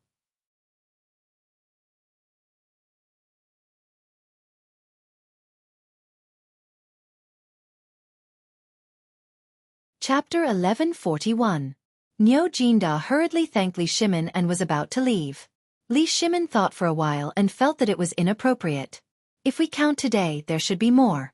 The surgery will be done the day after tomorrow. If it's the day after tomorrow, I'll go with you to take a look. On the mountain. Zhang Feng walked out of Niu Jianhu's room 2 hours later. He then went to change the gauze on Lu Jianhu's wound. After cleaning the wound and making sure that it was not infected, he heaved a sigh of relief. In this kind of situation, the scariest thing was inflammation and wound infection. However, on one hand, it was because of Niu Jianhu's strong physique. Coupled with his anti-inflammatory medicine, the greatest effect was still seen by Zhang Feng. It was the bowl of Chinese medicine that was placed beside Niu Jianhu. One had to know that although penicillin and alcohol could play an anti-inflammatory role, it could not reduce the swelling of Lu Jianhu's injured friend so quickly. Sun Simiao must have used some magical medicine to make Lu Jianhu's leg recover so quickly. After bandaging Lu Jianhu's wound again, Niu Jianhu looked at Zhaifei, who was meticulously bandaging his wound. He felt a little guilty and said with slightly cracked lips, "Fengzi, if you can't do it, then forget it. Don't force yourself. At most, after 18 years will be another." Before he could finish, Zhang Feng glared at Niu Jianhu and said, "Shut up. If you're my brother, then don't say that. Don't you believe that I'm waiting for you? As long as you don't die, then I, your brother, can guarantee that you will recover. You only need to recuperate in peace. You can eat and drink as much as you want. But remember that you can't eat spicy food during this period of time. You can also not touch alcohol. Your diet can only be mainly bone-strengthening powder and some cooked food. Pork leg bone." Lu Jianhu nodded heavily with tears in his eyes. When Zhang Feng saw this, he felt a little depressed and did not know what to say. He left Niu Jianhu's room. Once he left, Chen Chumo and the others closed the door and started talking at once. It was Zhang Feng's turn. Little Tiger's head and leg injuries shouldn't be a big problem. There's no inflammation or infection at the moment. This is a very good sign. Zhang Feng did not dwell on this matter. After all, it was an endless process. Telling them was like playing the lute to a cow. It was far better than playing the lute to a cow. Sun Simiao was straightforward. After all, if you played the lute to a cow, would the cow understand? Hearing this, the few of them were relieved. They didn't know what was wrong with the weather at this time, but it was slowly becoming hot and dry again. The room was so stuffy that Zhang Feng couldn't breathe. At this time, he realized that the back of his clothes had long been soaked with sweat. Cheng Chumo, as if he was presenting a treasure, revealed a jar of grape wine from under the bed and invited Zhang Feng to drink. However, after filling Zhang Feng's glass with wine, he took a bowl and gulped it down. The warm wine could instantly increase one's qi and blood. Zhang Feng slapped Chen Chumo's hand and said, "How can you spoil things like this? How can you drink this grape wine without ice?" Li Chengqian couldn't help but ask in surprise, "Fengzi, you actually know that grapes taste better with ice?" Seeing that Zhang Feng didn't speak, Li Chengqian said, "After the grape wine is chilled, it is indeed very refreshing to drink. However, at this time where can we get this thing? Even in the ice cellar of the Imperial Palace, this thing is probably very rare." Hearing this, Zhang Feng's heart couldn't help but tremble. Shao Mountain is White Deer College. Tai Niu used some unknown ability to secretly hide a jar of grapes. If it weren't for you working hard during this period, he wouldn't have been willing to take out this plate of grapes. It was said that this grape wine was inadvertently given to Uncle Chen by Lord Zhang's son when he drank with his father last time. Hearing that it was given to Yuqi Jiaoyang from the Imperial Palace, Zhang Feng's eyes lit up. He hurriedly picked up the wine cup and sniffed it. It really was different from the usual grape wine. At this time, Chen Chumo, Wei Shuyu, and the people crossing the ditch had already been tempted by the chilled grape wine mentioned by Zhang Feng. Looking at the steaming grape wine, they no longer had the desire to drink wine. Chen Chumo licked his face and shook Zhang Feng's arm. He chuckled and said, "Fengzi, do you have a way to get ice? If that's the case, then it's really great. Tell me, where can we get ice? I'll send someone to get it now. As long as it's not too far away, maybe we can drink it tonight."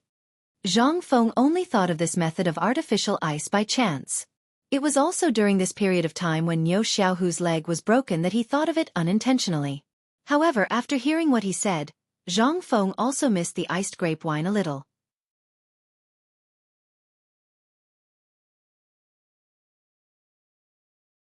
Chapter 1142. It is indeed impossible for others to make some ice now. Where would we get ice at this time? Unless we go to the ice cellar in the palace or go to the depths of the Turks, we might be able to get some if we go back to the Qi nation. But if we go back and forth, we might as well wait for winter in the main hall. Everyone was a little disappointed when they heard this, but Zhang Feng chuckled and said, "But, I am talking about others. As long as you can find saltpeter, I can make the ice for you." Cheng Chumo was too lazy to even ask about the method. He got up and rushed out of the room. Saltpeter was not easy to get, but he vaguely remembered that there were some saltpeter in the barracks at the foot of the mountain. Moreover, there were saltpeter in the smoke. In the time it took to drink a cup of tea, Cheng Chumo came back with a big bag of saltpeter. Zhang Feng found a water jar and poured the saltpeter into it. Then, he directed a few people to pour more than half of the water into the vat. The water and the saltpeter produced a violent chemical reaction. The water splashed and there were occasional bursting sounds, as if the water was boiling. Those who saw it were greatly surprised. Under the gazes of the few people, the water surface gradually calmed down. Zhao Feng poured the prepared cold water into the copper basin and let the basin float on the water surface. Soon, under the astonished gazes of the few people, some white ripples began to appear on the water surface. Then, the white ripples gradually became clear. The bottomless water slowly turned into the color of rice soup. After what seemed like the time it took to eat a meal, the surface of the water jar was covered in white. It was like the kind of smoke that was spat out. It had accumulated all over the salt city. At this moment, the water in the copper basin began to slowly freeze. Moreover, it was rapidly freezing under everyone's gazes. Cheng Chumo secretly touched it with his hand. Instantly, he retracted his hand as if he had been electrocuted. He sucked in a breath of cold air and said, F***ck, brother, how did you do it? Isn't this the last few days of the hot summer? This is even hotter than June. You can actually make the water freeze. My God, even the storytellers don't dare to say this. Shut up. Don't ask if you don't know. We'll be relying on it to make a fortune next year. You don't know how poor I am right now. Do you think it's easy for me to raise 2,000 to 3,000 people on the mountain? Let's talk about this first. Don't tell anyone about this. This is a way for us to get rich in the future. Do you want to drink some cold beer? Chang Chumo nodded his head like a rattledrum. He looked at Zhang Feng as if he was looking at a god. Chang Chumo didn't want to continue talking about this matter. Hearing Zhang Feng's words, he kept his mouth shut. He always felt that it wouldn't be difficult for his brother to earn money. There was no need for him to make preparations now. After all, whether it was the white paper or the braised meat, etc. There was also the matter with those old bastards a few days ago. Those were all ways to make money. Moreover, those dozens of boxes of money were stored in ink. Even if it was the 2,000 to 3,000 yuan on the mountain, if they didn't do anything and just relied on the money to buy rice and food, they would still be able to live in luxury for 3 to 5 years. Why did this kid say that he was so poor? However, this wasn't the time to think about this. Being able to drink the iced grapes was the most important thing. Several people sat cross-legged around the vat. After waiting for the water in the basin to slowly freeze, Zhang Feng took out a small hammer and broke the white ice. Everyone couldn't wait to take the ice and bite it in their mouths. Then, they carefully took a few ice cubes and put them in their glass cups. Lying on the grass and drinking the refreshing iced grapes, they instantly felt very cool. The ice cubes hit the glass cups, making tinkling sounds. At this time, it sounded like a moving lullaby, making people feel refreshed from head to toe. No one was in the mood to talk. They just looked at the clouds floating in the sky, bumping into each other. From time to time, 1 or 2 little birds flew over their heads and played. Chen Chumo was a drunkard. He wasn't used to drinking small mouthfuls of wine. After drinking a bowl of wine, he got up and poured the ice cubes in the half-copper basin into the wine jar. Putting the wine jar beside him, Chen Chumo felt comfortable. He drank the wine and fell asleep for a while. Thunderous snoring sounded. Zhang Feng and others drank the wine in their bowls, looking at the sky and smiling bitterly. The weather in August was so strange and changeable. Sometimes, he was as gentle as a woman's hand gently stroking her cheek. Sometimes, he was as cruel as a strict father, cold and heartless. Sometimes he was as passionate as fire. He just lay there and fell asleep. When Zhang Feng opened his eyes again, the sky was already full of stars. It looked like a jade belt across the sky. The vexed Zhang Feng found the 2 stars, Cowherd and Vega, in the sky. He couldn't help but smile bitterly. They would have a chance to meet each other once a year. As for him, he still had such a chance. The distance between him and his old mother at home was more than thousands of years. This was more than 1,000 years. Not to mention this life, even in the next life, he probably wouldn't be able to meet her again. Zhang Feng smacked his lips and picked up the remaining wine in the bowl. He seemed to be toasting to the Cowherd and Vega in the sky. He said softly, "Take care."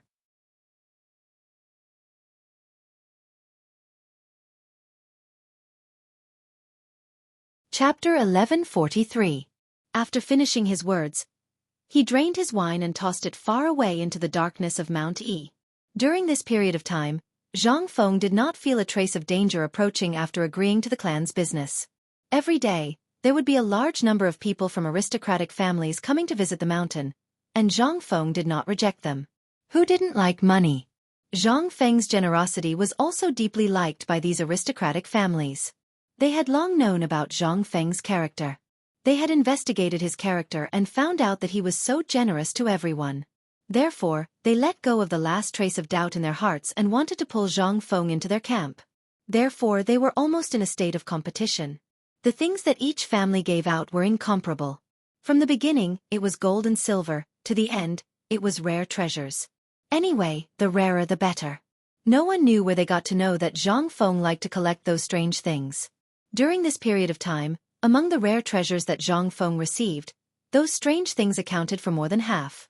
For example, ivory carvings. Zhang Feng even found a few things like meteorites in this large pile of things. It seemed that Zhang Feng's plan had worked. However, Zhang Feng was not sure if these people were scheming against him. However, it didn't matter because the fish had taken the bait. Just as he was thinking about this, he heard Shiva's excited voice not far away. "Dean, Dean." Shiva's voice brought Zhang Feng back to reality. Seeing Shiva, Zhang Feng hurriedly asked, "Dean, what's wrong? What happened?" "The old village chief of Chong and University is here." Hearing this, Zhang Feng frowned slightly. Logically speaking, the old village chief would not come up the mountain.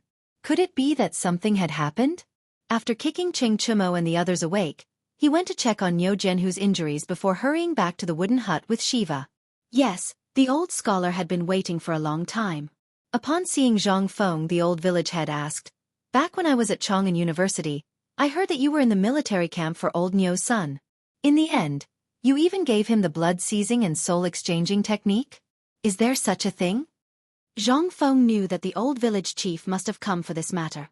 He nodded, then shook his head and said, "That's a blood transfusion to set his bones." "This is true. I'm preparing to help little Tiger with Dr. Sun the day after tomorrow. As for the blood transfusion, those are just rumors. You also know that there are some things that I'm too lazy to explain. Even if I explain, it won't make sense." He quietly looked into Zhang Feng's eyes. After a dozen breaths, seeing that Zhang Feng was not lying, he sighed and said, Okay, I just don't want to say anything more." "It's fine as long as you know what you're doing. But let me give you a piece of advice. It's best if you don't touch it. If Sun Simiao can do it, then let him see it. After all, his reputation is out there. You should understand the principle behind it. If you kill your way out and claim this matter as your own, I can guarantee that you won't be able to stay in the academy in less than 10 days. Hearing this, Zhang Feng suddenly realized that he understood the old village chief and the old scholar's meaning. Then Zhang Feng helped him with some future arrangements and the old village chief's opinions. The two talked until late at night. Early the next morning, Zhang Feng personally sent the old scholar back to Chong'an. When he went to the tavern to deal with some matters, he suddenly bumped into the steward of the Zhang mansion when he went out. When the steward saw Zhang Feng, he thought that his eyes were playing tricks on him. After taking a closer look, he shouted in surprise, "Hey, when did you come down the mountain, young master?" Zhang Feng was a little speechless, but he still made a fist and palm salute and said, "Well, I had something to do, so I went down the mountain early this morning." "I didn't know that you went so early. Where did you go?" Seeing that Zhang Feng was so polite, the old steward smiled even more. His eyes narrowed into slits and he said, "What can I do? A few rich young masters came to the basketball court over there and wanted to eat the snacks of our Yixing pastry shop, so I sent someone to the shop. But it was too early, so the shop didn't make the snacks. So the old master asked me to send them here quickly, so as not to lose our reputation. I just sent the snacks to them, but I didn't expect to meet you here. Miss misses you very much in the mansion." The steward insisted that Zhang Feng go to Fuli to have a seat, but Zhang Feng didn't want to go. At this time, he still had a lot of things to do, so he didn't have time to delay. However, after such a fuss, more people saw Zhang Feng. Helpless, Zhang Feng had to go to Fuli with the old steward. Zhang Feng hadn't been to Chong'an City for a long time. At this time, he was strolling in Chong'an City. Looking at the garbage everywhere in Chong'an City and the dirty environment, Zhang Feng couldn't help but think of the magical country of India in the future. People in the future like to describe the people of the Tang dynasty as dirty and stinky men. But in the face of such people, Zhang Feng could only laugh. It seemed that as long as the rich didn't bind their feet and didn't stick to one person until the end, it was a hurried thing. At least, at this time, although Zhang Feng saw a little dirty and messy, it was only a temporary solution. On normal days, there would still be some people coming to clean these things on the streets.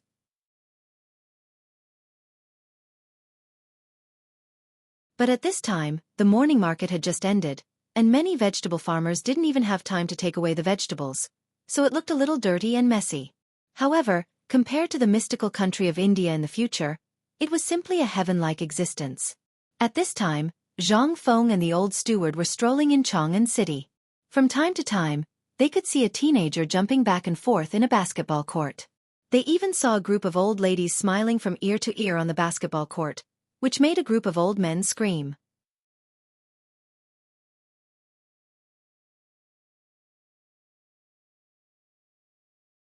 Chapter 1144.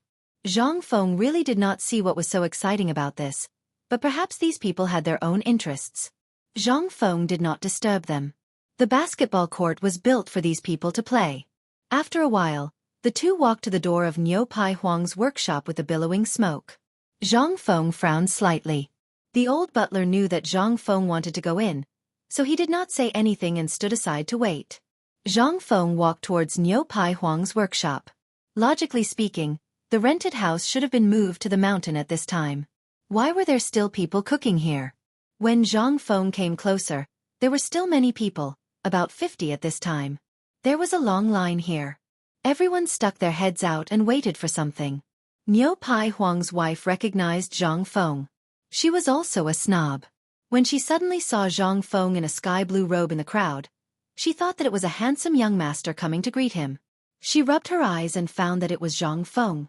She exclaimed, "Oh, I was wondering who it was." It turned out to be Prince Zhang. At this time, the people at this time did not think that it was Zhang Feng. But when they greeted the wife, they reacted and treated Zhang Hong as the master. Zhang Feng smiled bitterly, cupped his fist and apologized to the people. Then they entered the workshop. Niu Pai Huang heard the sound outside and ate a meal with the wife. Then he accompanied Zhang Feng into the workshop. After entering the bridal chamber, Zhang Feng asked, "Old Niu, what's the matter? Didn't I tell you to move to the mountain? Why is it still here?" Niu Pai Huang smiled bitterly and said, "I did want to move to the mountain, but at this time last time when I went to the mountain, the old village head told me to wait. He said that this thing was too scary and would disturb the name of the students on the mountain and ruin the reputation of the academy. So I heard that the workshop is being repaired in a valley downstream of the paper mill." Zhang Feng heard this and understood. It was indeed so. Originally, Shao Mountain was just a barren land. But because of this academy, this barren land gradually gained a way and an academy. Even now, it seemed to be more lively than Chang'an City. He could not help but think of a wonderful idea. Now the basic industries in Chang'an City were controlled by those big families. It was harder for ordinary people to buy real estate and land than to reach the sky. If his brain could develop Xuanshan and turn it into a residential area, that would be... Zhang Feng could not help but have his eyes turn into the shape of copper coins. In his mind, he instantly imagined rows of connected villas in the future. If it was built, as long as he, Zhang Feng, was willing, it could be said that in less than a month, there would be no empty space in the whole of Shao Mountain. Thinking of this, Zhang Feng could not help but feel excited.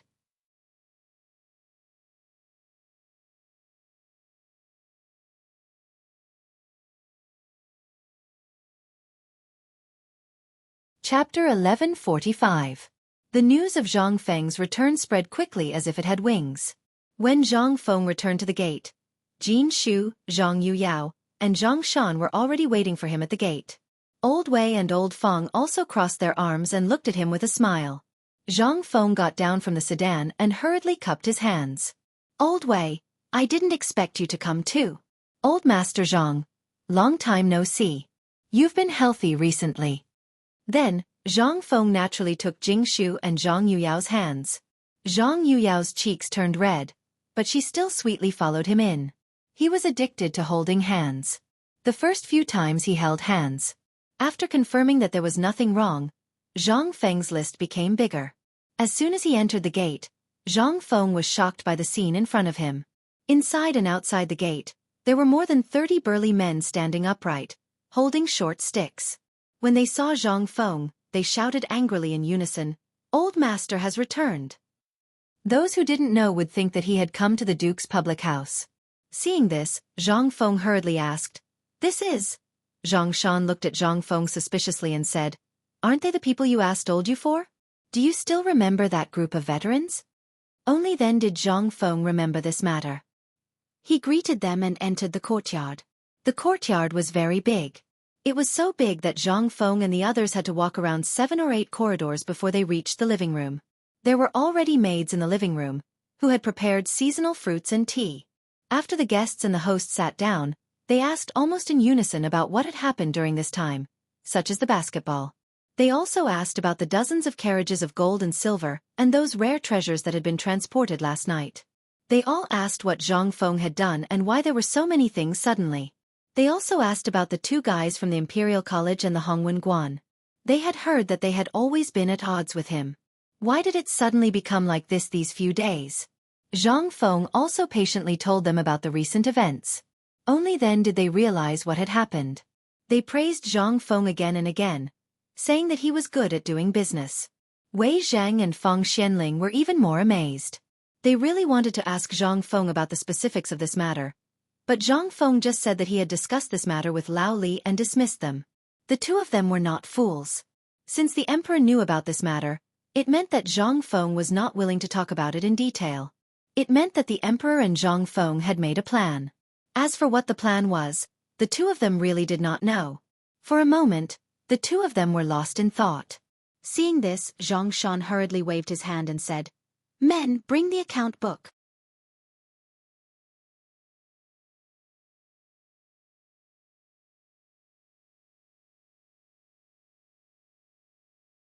Chapter 1146.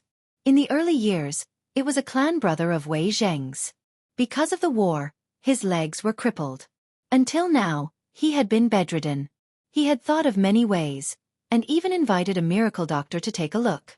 But all he could do was forcefully stuff the exposed bone fractures back into his body. But even so, he still felt unbearable pain all over his body when he moved. He used to be a man like an iron tower, but after a few years of suffering, he was as thin as a stick of firewood. Today, when he heard about this, Wei Zhang could not help but come forward to ask. When Zhang Feng saw this, although he was a little impatient, he still nodded and said sympathetically, "As long as the bones are not broken, it should be fine. The day after tomorrow, I will prepare to set Xiaohu's bones. If you are interested, do you want to go up and take a look?" Of course, he had to go and take a look. The two of them decided that 3 days later, they would witness Niu Xiaohu's miracle on the mountain. Then, Wei Zhang left in a hurry, ready to pass this good news back home and let his family be happy. After Wei Zhang and Feng Xianling left, there was nothing else to do. They simply chatted about the recent gossip and interesting things. The servants in the house had just brought the dishes to the table. In the courtyard, a servant rushed in. Zhang Shan was a little unhappy. He frowned slightly and said, "Why are you panicking?" The servant said in a panic, "Old Master Zhang, it's not good." When Zhang Feng heard this, he could not help but frown. Before he could say anything, Zhang Shan's face darkened. "Bastard, tell me what's not good?" The servant looked at Zhang Feng and then looked at Zhang Shan. Then he said, There's an employer who wants to escape." When Zhang Shan heard this, his face turned cold. "Bastard, I'm being kind to them. I've served them good food and drinks for so long, and they want to run away. Do they think this is a charity hall? Chase after him. I want to ask him what he's trying to do." The meal could no longer be eaten.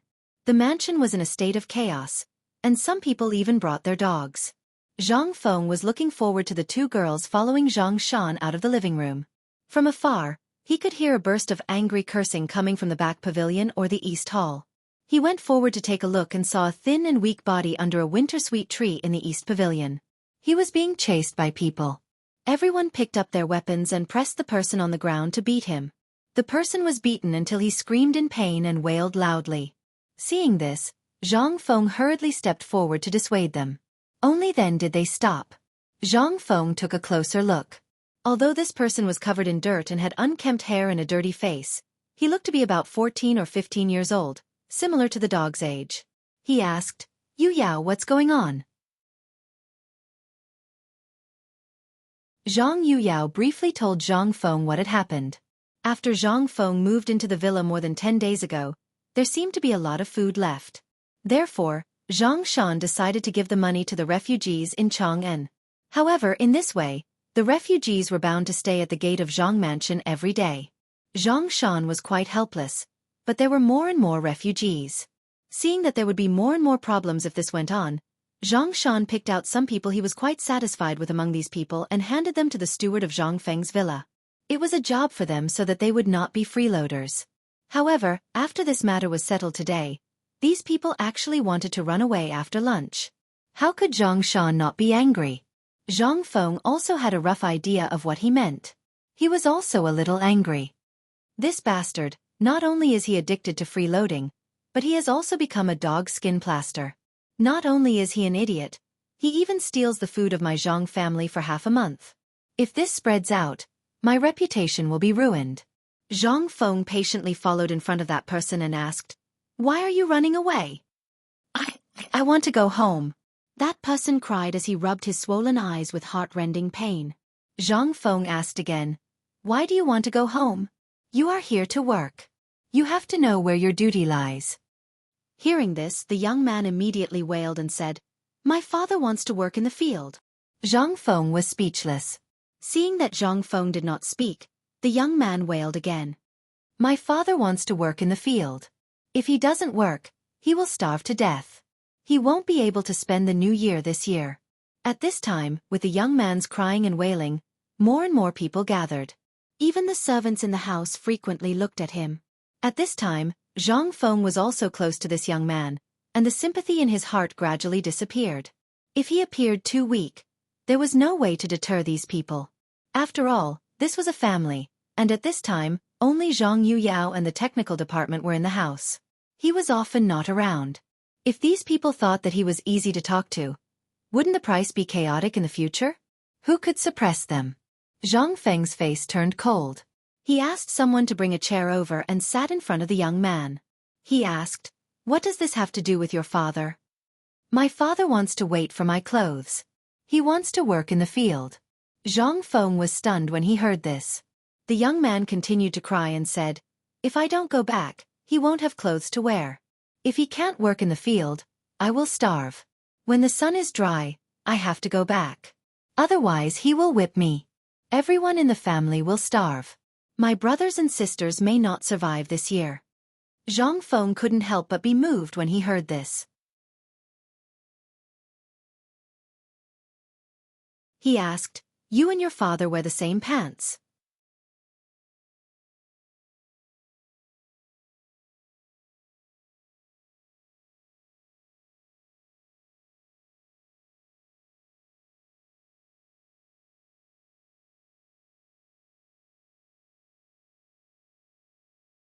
Chapter 1148. This time, the two of them were completely stumped. If it was a needle, anyone could make it. However, it required a hole in the middle, which was difficult. The needle was so thin, but if it was like this, Zhang Feng explained the infusion needle in detail. Only then did Mokido realize, if that's the case, this old servant is willing to give it a try. However, I might not be able to make it. Give me 2 days. Zhang Feng shook his head and extended a finger. 1 day, only 1 day. Hearing this, the two of them could not help but change their expressions slightly. However, they still nodded heavily and left in a hurry. When they left, they took away the infusion needle that Zhang Feng had given her, as well as the syringe and the needle manufacturing blueprints. Then he said to Mokido, "I heard that you were a top glaze master in the Western region? An expert glaze master in the world?" Mokido repeatedly declined, not daring to call himself an expert. Zhang Feng smiled and said, "You are worthy of this title. Don't decline. I don't have so many rules here. If you can do it, you can. If you can't, you can't. This is what you have to do." Hearing this, Merkel was a little touched. However, she did not know what he wanted to do. She stood silently at the side, seemingly knowing what he was worried about. Seeing this, Zhang Feng said, "Actually, you don't have to worry so much. Here you are just like home. What are you worried about? Actually, I have something here. If you are willing, I can pass it to you now and let you go back to your old profession." Zhang Feng explained the concept of the infusion tube and the infusion bottle. When he went to Chewing Gum's place, Zhang Feng wanted to talk about this. However, although the two of them had been in contact with rubber for a while, if they wanted to make such a high-end product, Zhang Feng was probably thinking about it himself. That was why he asked Mokido. With Zhang Feng's detailed explanation, the glass bottle and the infusion set were easy to make. However, the main problem was the infusion tube made of rubber. He could not help but feel a little troubled. He knew about rubber because it was sometimes used when making glazes. However, at this time, he had to make a plastic tube completely out of rubber. What was plastic? How could it be used to make a rubber tube? Zhang Feng saw that he couldn't explain, so he simply found a piece of rubber from the rare treasures that the 5 surnames and 7 hopes had given him this time. He then found a small copper bowl and placed it on top of the oil lamp to slowly boil it. A piece of rubber about the size of a fingernail was placed in the bowl of soup and let it boil. Mokito's eyes were fixed on the boiling process in the copper bowl. The process was very long. The two of them chatted about other things and Mokito's progress with the firearms.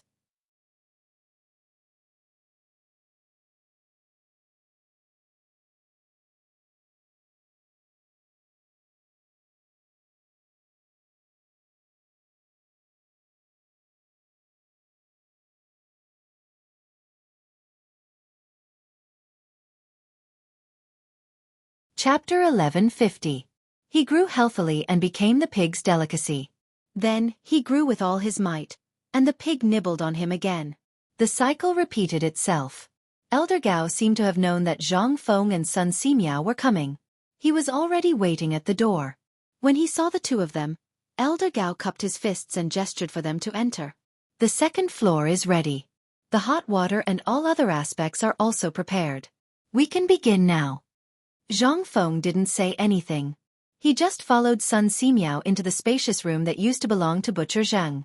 It was now empty. A lamb was placed on the table in the middle of the room. It was tied up on the table, and its left front hoof drooped weakly on the edge of the table. When the lamb saw them enter, it looked at them in horror. Its mouth moved as if it was asking them what they were going to do. Zhang Feng patted the lamb's head and said, "Then when do we start?" "Now, let's start now," Sun Simiao said as he organized his medicine box. There was no time now. The failure of the mule experiment last time left a huge psychological shadow on Sun Simiao. At this moment, Sun Simiao seemed to be afraid to face it.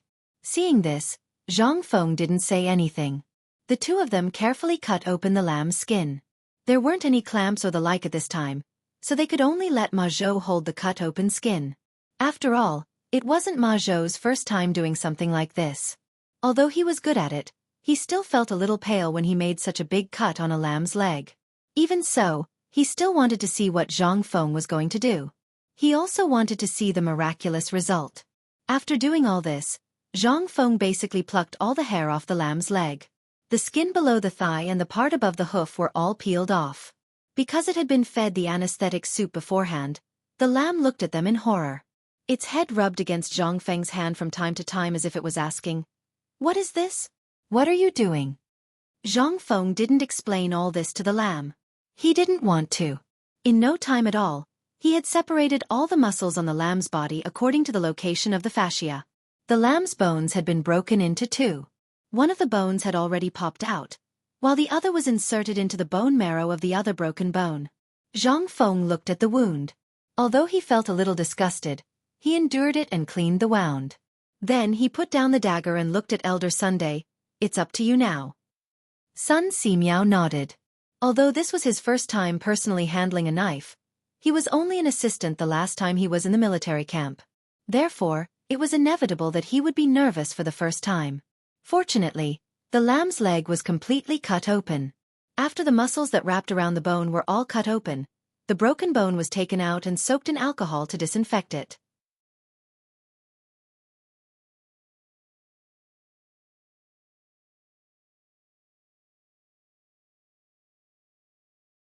Chapter 1151.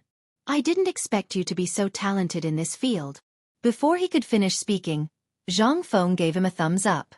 Sun Simiao smiled and said, "In ancient times, Hua Tua cut open the skull, and Qin Shi Huang repaired the brain. After that, Bian Ke scraped off the bones of Guan Gong to treat his wounds." Although these stories were passed down by word of mouth, and the old man had also cut open people's chests with a knife, this was the first time he had set a bone. Although he was a little unfamiliar with it, this was still the old man's first time. He had a different understanding of medicine, so he was still confident. Indeed, after coming into contact with Zhang Feng's magical medical skills, Sun Simiao had really yearned for it.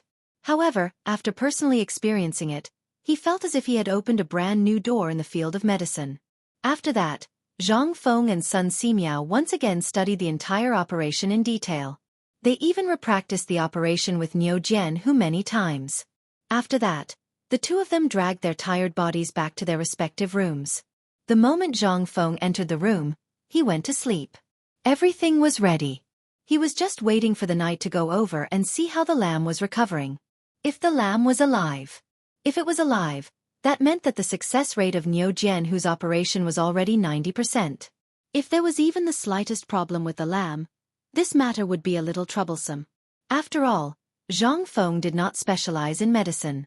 He only knew some general knowledge about physiology. Besides, this matter really had something to do with him. He did not want old Yu and old Niu to be so sad. Speaking of which, this was also his mistake. Although his two old buddies wouldn't blame him, Zhang Feng still felt guilty in his heart. After scolding himself in his heart, Zhang Feng slowly fell asleep. He had not slept well for a few days. At this moment, under the exhaustion, he finally fell into a deep sleep. The Mid-Autumn Festival poetry meet was imminent. With the mess at home and the mess at the academy, Zhang Feng did not have time to prepare these things. He could only beg Li Changqian and the others to put in a little effort. After all, if they only trained one kind of street dance in 12 days, as long as they put in a little effort, there should not be any mistakes. After all, the poetry meet was mainly about poetry. Even if they made mistakes, he would be there to support them. Although it would not be perfect, it would not attract too much attention. What Zhang Feng wanted was not just a chance to become a great scholar, but more importantly, he wanted to make his name known to the world. When he woke up the next morning, the sky was still dark. Zhang Feng opened the window and allowed the cold breeze to caress his cheeks.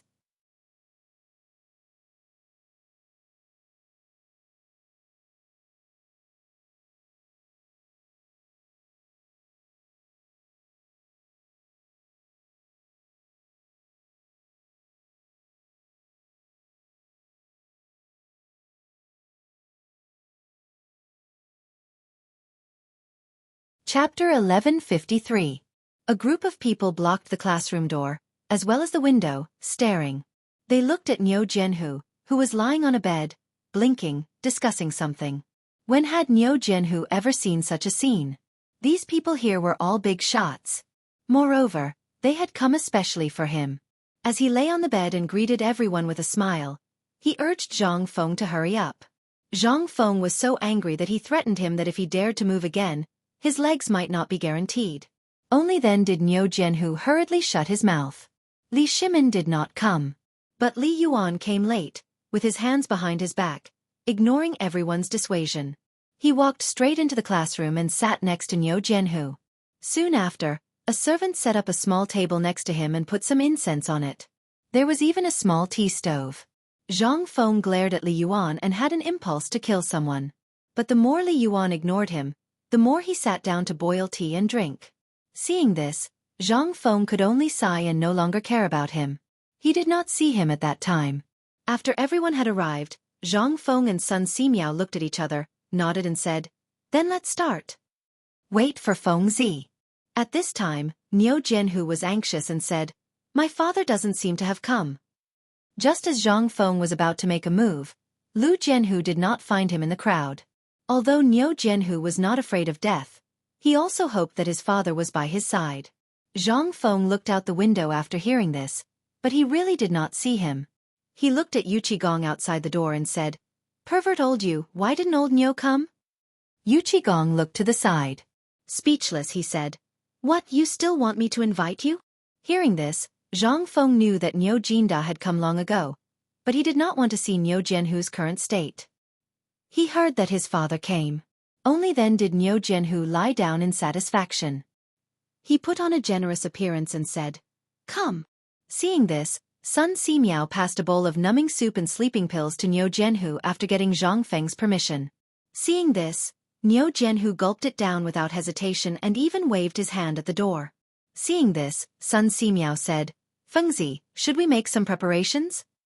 Sun Simiao was the one who had stage fright. Zhang Feng waved his hand and looked at Yu Qigong. "Old Yu, I remember that there were still 2 Turks left after the blood transfusion. Where are they?" Everyone's eyes lit up when they heard this. Was this kid really going to use the blood exchange life-prolonging technique? Everyone could not help but stare unblinkingly at Zhang Feng. Yu Qigong said, "Wait a moment. That's good. Look at me. I can't believe I forgot something so important." He didn't forget about it. In fact, he had already prepared it. He just wanted to see if this kid really needed it. Gong hurriedly waved his hand.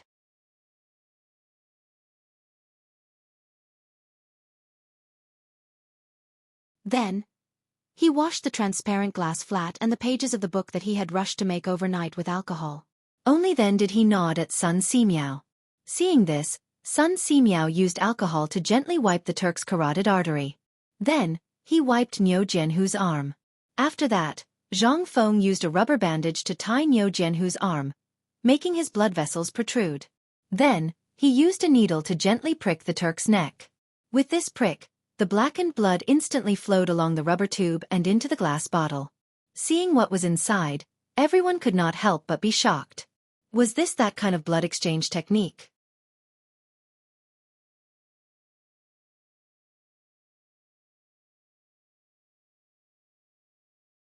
Chapter 1154. After everything was done, the blood slowly filled up about half of the infusion bottle. Zhang Feng then slowly inserted the needle on the other side into Niu Jianhu's arm. After a cycle was formed, and Niu Jianhu did not have any abnormalities. Only then did Sun Simiao examine Niu Jianhu in detail. He slowly inserted the 99 silver needles into his various acupoints. After that, Zhang Feng covered Niu Jianhu's body with a piece of white cloth. Only his face and injured leg were exposed. At this moment, everyone's heart skipped a beat. Gong's expression changed slightly. He looked at Niu Jinda, then at Niu Jianhu, and then at Zhang Feng. He saw a flash of disappointment in Zhang Feng's eyes, and he couldn't help but frown. Logically speaking, this white thing filled with bad luck was meant for people who had passed away, right? Why did this kid give it to Niu Jianhu? Could it be that he had no other choice? Was he just doing his best? At this moment, almost everyone present had such thoughts. Even Li Yuan frowned slightly. He coughed softly and hurriedly reminded Zhang Feng, "Fengzi, isn't the white cloth a little inappropriate? What's wrong with it?" However, as soon as the words left his mouth, Zhang Feng instantly remembered that this was the Tang dynasty. Moreover, the people were quite wary of these things. 100 steps could not be used by living people. Except for mourning. The expressions of Zhang Feng and the others were very strange. Gong's expression was also a little pale. Zhang Feng hurriedly explained, "Everyone, don't misunderstand. The reason why this cloth is used is because this is a pure colored cloth that has just been woven. This is medical knowledge. There are irritating ingredients on the cloth that has been dyed. If it covers the body, it will be thick and troublesome. However, this batch of cloth has been boiled in boiling water and then repeatedly detoxified, so there's no other meaning. Everyone, don't worry. It's just for the sake of a more perfect success in this operation." Hearing this, everyone's expressions became slightly better. Zhang Feng heaved a deep sigh of relief.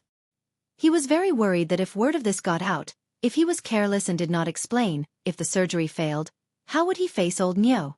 In this era, only wearing white things on one's body was tantamount to something inauspicious. Zhang Feng really didn't think of this point. Although this matter had been explained, he was still somewhat skeptical. However, Zhang Feng did not have the time to explain. After all, time was of the essence. If he delayed any longer, the weather at night would be fine, but during the day, the temperature at noon would be too high. The possibility of bacterial infection was very high. After washing his hands, he and Sun Simiao did not hesitate to gently cut open the skin and flesh above Niu Jianhu's calf bones. As soon as the two sabers slashed down, it instantly caused a wave of exclamations. Although Li Yuan was used to this kind of bloody scene, it was really the first time he saw a knife on a living person at this time. His face couldn't help but become somewhat pale at this time. Everyone's hearts were in turmoil. Ouyang Kai's entire body was trembling. This was really the first time he saw a living person cutting open the skin and flesh on the leg. That visual impact. It was simply too good. At this time, Sun Simiao was also not feeling well. He had practiced 2 or 3 times. If he were to do it now, due to the success of the lamb last time, Sun Simiao's mood was greatly relieved. He no longer had the previous worries. Although the saber in his hand was still trembling, the action of cutting open the skin and flesh still leaked out a little. After all, this was doing something on a living person. He did not dare to guarantee that nothing would happen. Now, Nyo Jianhu's leg bones had been exposed for 3 days. At this time, the cells at the front of the bone were slightly dry, and the bone stubble was a little black. Zhang Feng took out the 3-edged bayonet that he had prepared in advance and used it as a brush. He rubbed away the broken parts at the front of the bone, trimmed it slightly, and cleaned the stains and coagulated blood on it. This work was very meticulous. Zhang Feng could only do it himself. When the people present heard the sound of the file, they could not help but feel their hearts churn. Even their legs were trembling. After another hour, Zhang Feng finally finished everything. He looked at Sun Simiao and said, "Elder son, wait for me to count to 3. When I count to 1, let's use our strength together and reset his leg bones. What do you think?" Sun Simiao did not have time to answer at this time. He only nodded heavily. At this time, outside the door and inside the door, the 3 people stood on their tiptoes and stuck their heads out to see how they were going to reset the leg bones. At this time, Zhang Feng was holding Nyo Jianhu's leg. His heart was beating faster. After he was ready, he looked at Sun Simiao, who was holding Nyo Jianhu's leg, and said slowly, 3, 2, 1. Pull. As Zhang Feng's voice fell, the 2 of them used their strength at the same time. Then, they slowly stretched Nyo Jianhu's right leg in the opposite direction. Even though Nyo Jianhu had taken anesthetics and sleeping pills, he still screamed in pain due to the intense pain. Ah! But before he finished screaming, Nyo Jianhu fainted from the pain again.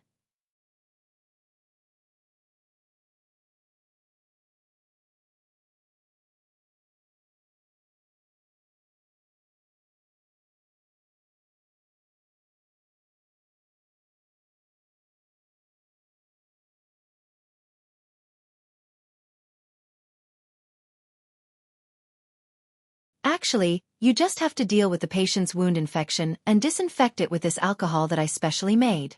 Pay attention to your physical hygiene. Zhang Feng explained in detail the physiology and hygiene, as well as those bacterial infections and so on. Otherwise, based on these people's thoughts of Brother Feng not regretting it until he hollowed out the city walls, he could forget about living a good life from now on. After he finished talking about this, Zhang Feng said while panting, "Actually, this blood transfusion is not the kind of blood for life technique that you all understand. For example, if the water in a ditch dries up, the land in the field will also dry up. At this time, isn't the best method for us to carry water for irrigation? Similarly, at the end of the day, what little tiger lacks the most is blood. Once the body loses serious blood, if blood is not transfused, even if a deity comes, it will be impossible to save the situation. But this blood can't be used just any blood," Zhang Feng hurriedly added. "Otherwise, if this group of old fellows really went back and got someone to draw blood from, wouldn't that be a huge sin?" Zhang Feng hurriedly said, "People who need blood transfusions are usually in a situation like little tigers, or those who have suffered serious external injuries and lost too much blood. Also, there are those who have been poisoned by poisonous snakes and need blood transfusions. In this kind of situation, you only need to find a serum and use this set of medical tools that I use. After receiving reasonable training, you can use it. Under normal circumstances, the amount of blood in a person's body is only enough to fill a basin." Hearing this, Li Yuan pointed at the Turkic man on the shelf who had long lost his vital signs and said, "Then what happened to him? Didn't we just draw all his blood? If this isn't blood for life, then what is?" Zhang Feng felt a headache coming on. "This is a little special. Let's put it this way. Actually, in total we drew less than 3 bowls of blood from him. It's just that this guy was scared to death. After all, anyone who doesn't know about this situation will have such a situation. So, we still have to be careful when drawing blood. Also, if the blood type doesn't match, it can also kill people. So, the best way is to use the blood drip method to identify relatives. However, this method is not strict. It can only measure whether the blood type of 2 people matches. It has nothing to do with a paternity test. The blood identification method that you all talked about, in my opinion, is all nonsense. You must not take it seriously. If you don't believe me, old you also saw that little tiger has nothing to do with this Turkic man. So, we have to be careful."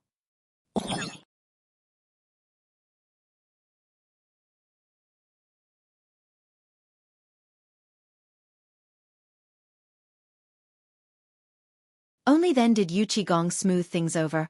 Old Neo with a brother, why are you still so polite? It would be strange if Fengzi was willing to do this. Moreover, Fengzi said before that other than the parents of heaven and earth, no one can kneel. Have you forgotten? Go to the mountain gate and read the commandments of the academy. All right, get up. Old man and the others still have important things to discuss with Fengzi. If you have something on your mind, doesn't Fengzi like those strange things?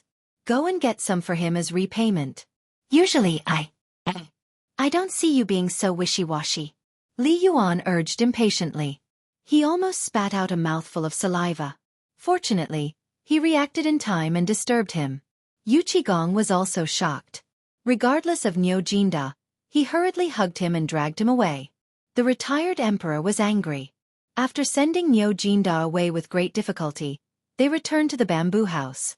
They could understand Niu Jinda's mood. After all, that was his only son. How could he not care? No one would. At this time after they sat down, Li Yuan said, "Kid, do you know what it means to make it public today?" "I know." Zhang Feng nodded firmly. "This is also specially done." Chu Suiliang frowned slightly and said, "Old man, I heard that you gave your property to these people? And after this mid-autumn hunt, you invited them up the mountain for this?" "Yes." Zhang Feng nodded without hesitation. There were no outsiders here. Therefore, Zhang Feng did not hide anymore. Hearing this, Ouyang Sun coldly said, "Brat, you're playing with fire. Aren't you afraid that the wolf will turn around and eat you when it gets fat?" Zhang Feng laughed and said, "That depends on whether the bait on my fishing rod is tempting enough." Li Yuan raised his eyebrows slightly. "Kid, in the previous life, Erlang came to you for this matter?" Zhang Feng nodded. "Indeed, and I asked him to come. Kid, you know what I'm doing now. Didn't those people with the 5 surnames and 7 Wangs and Guanlong want to do something to me? Then I'll have a fight between the sandpiper and the clam. Won't that be great?"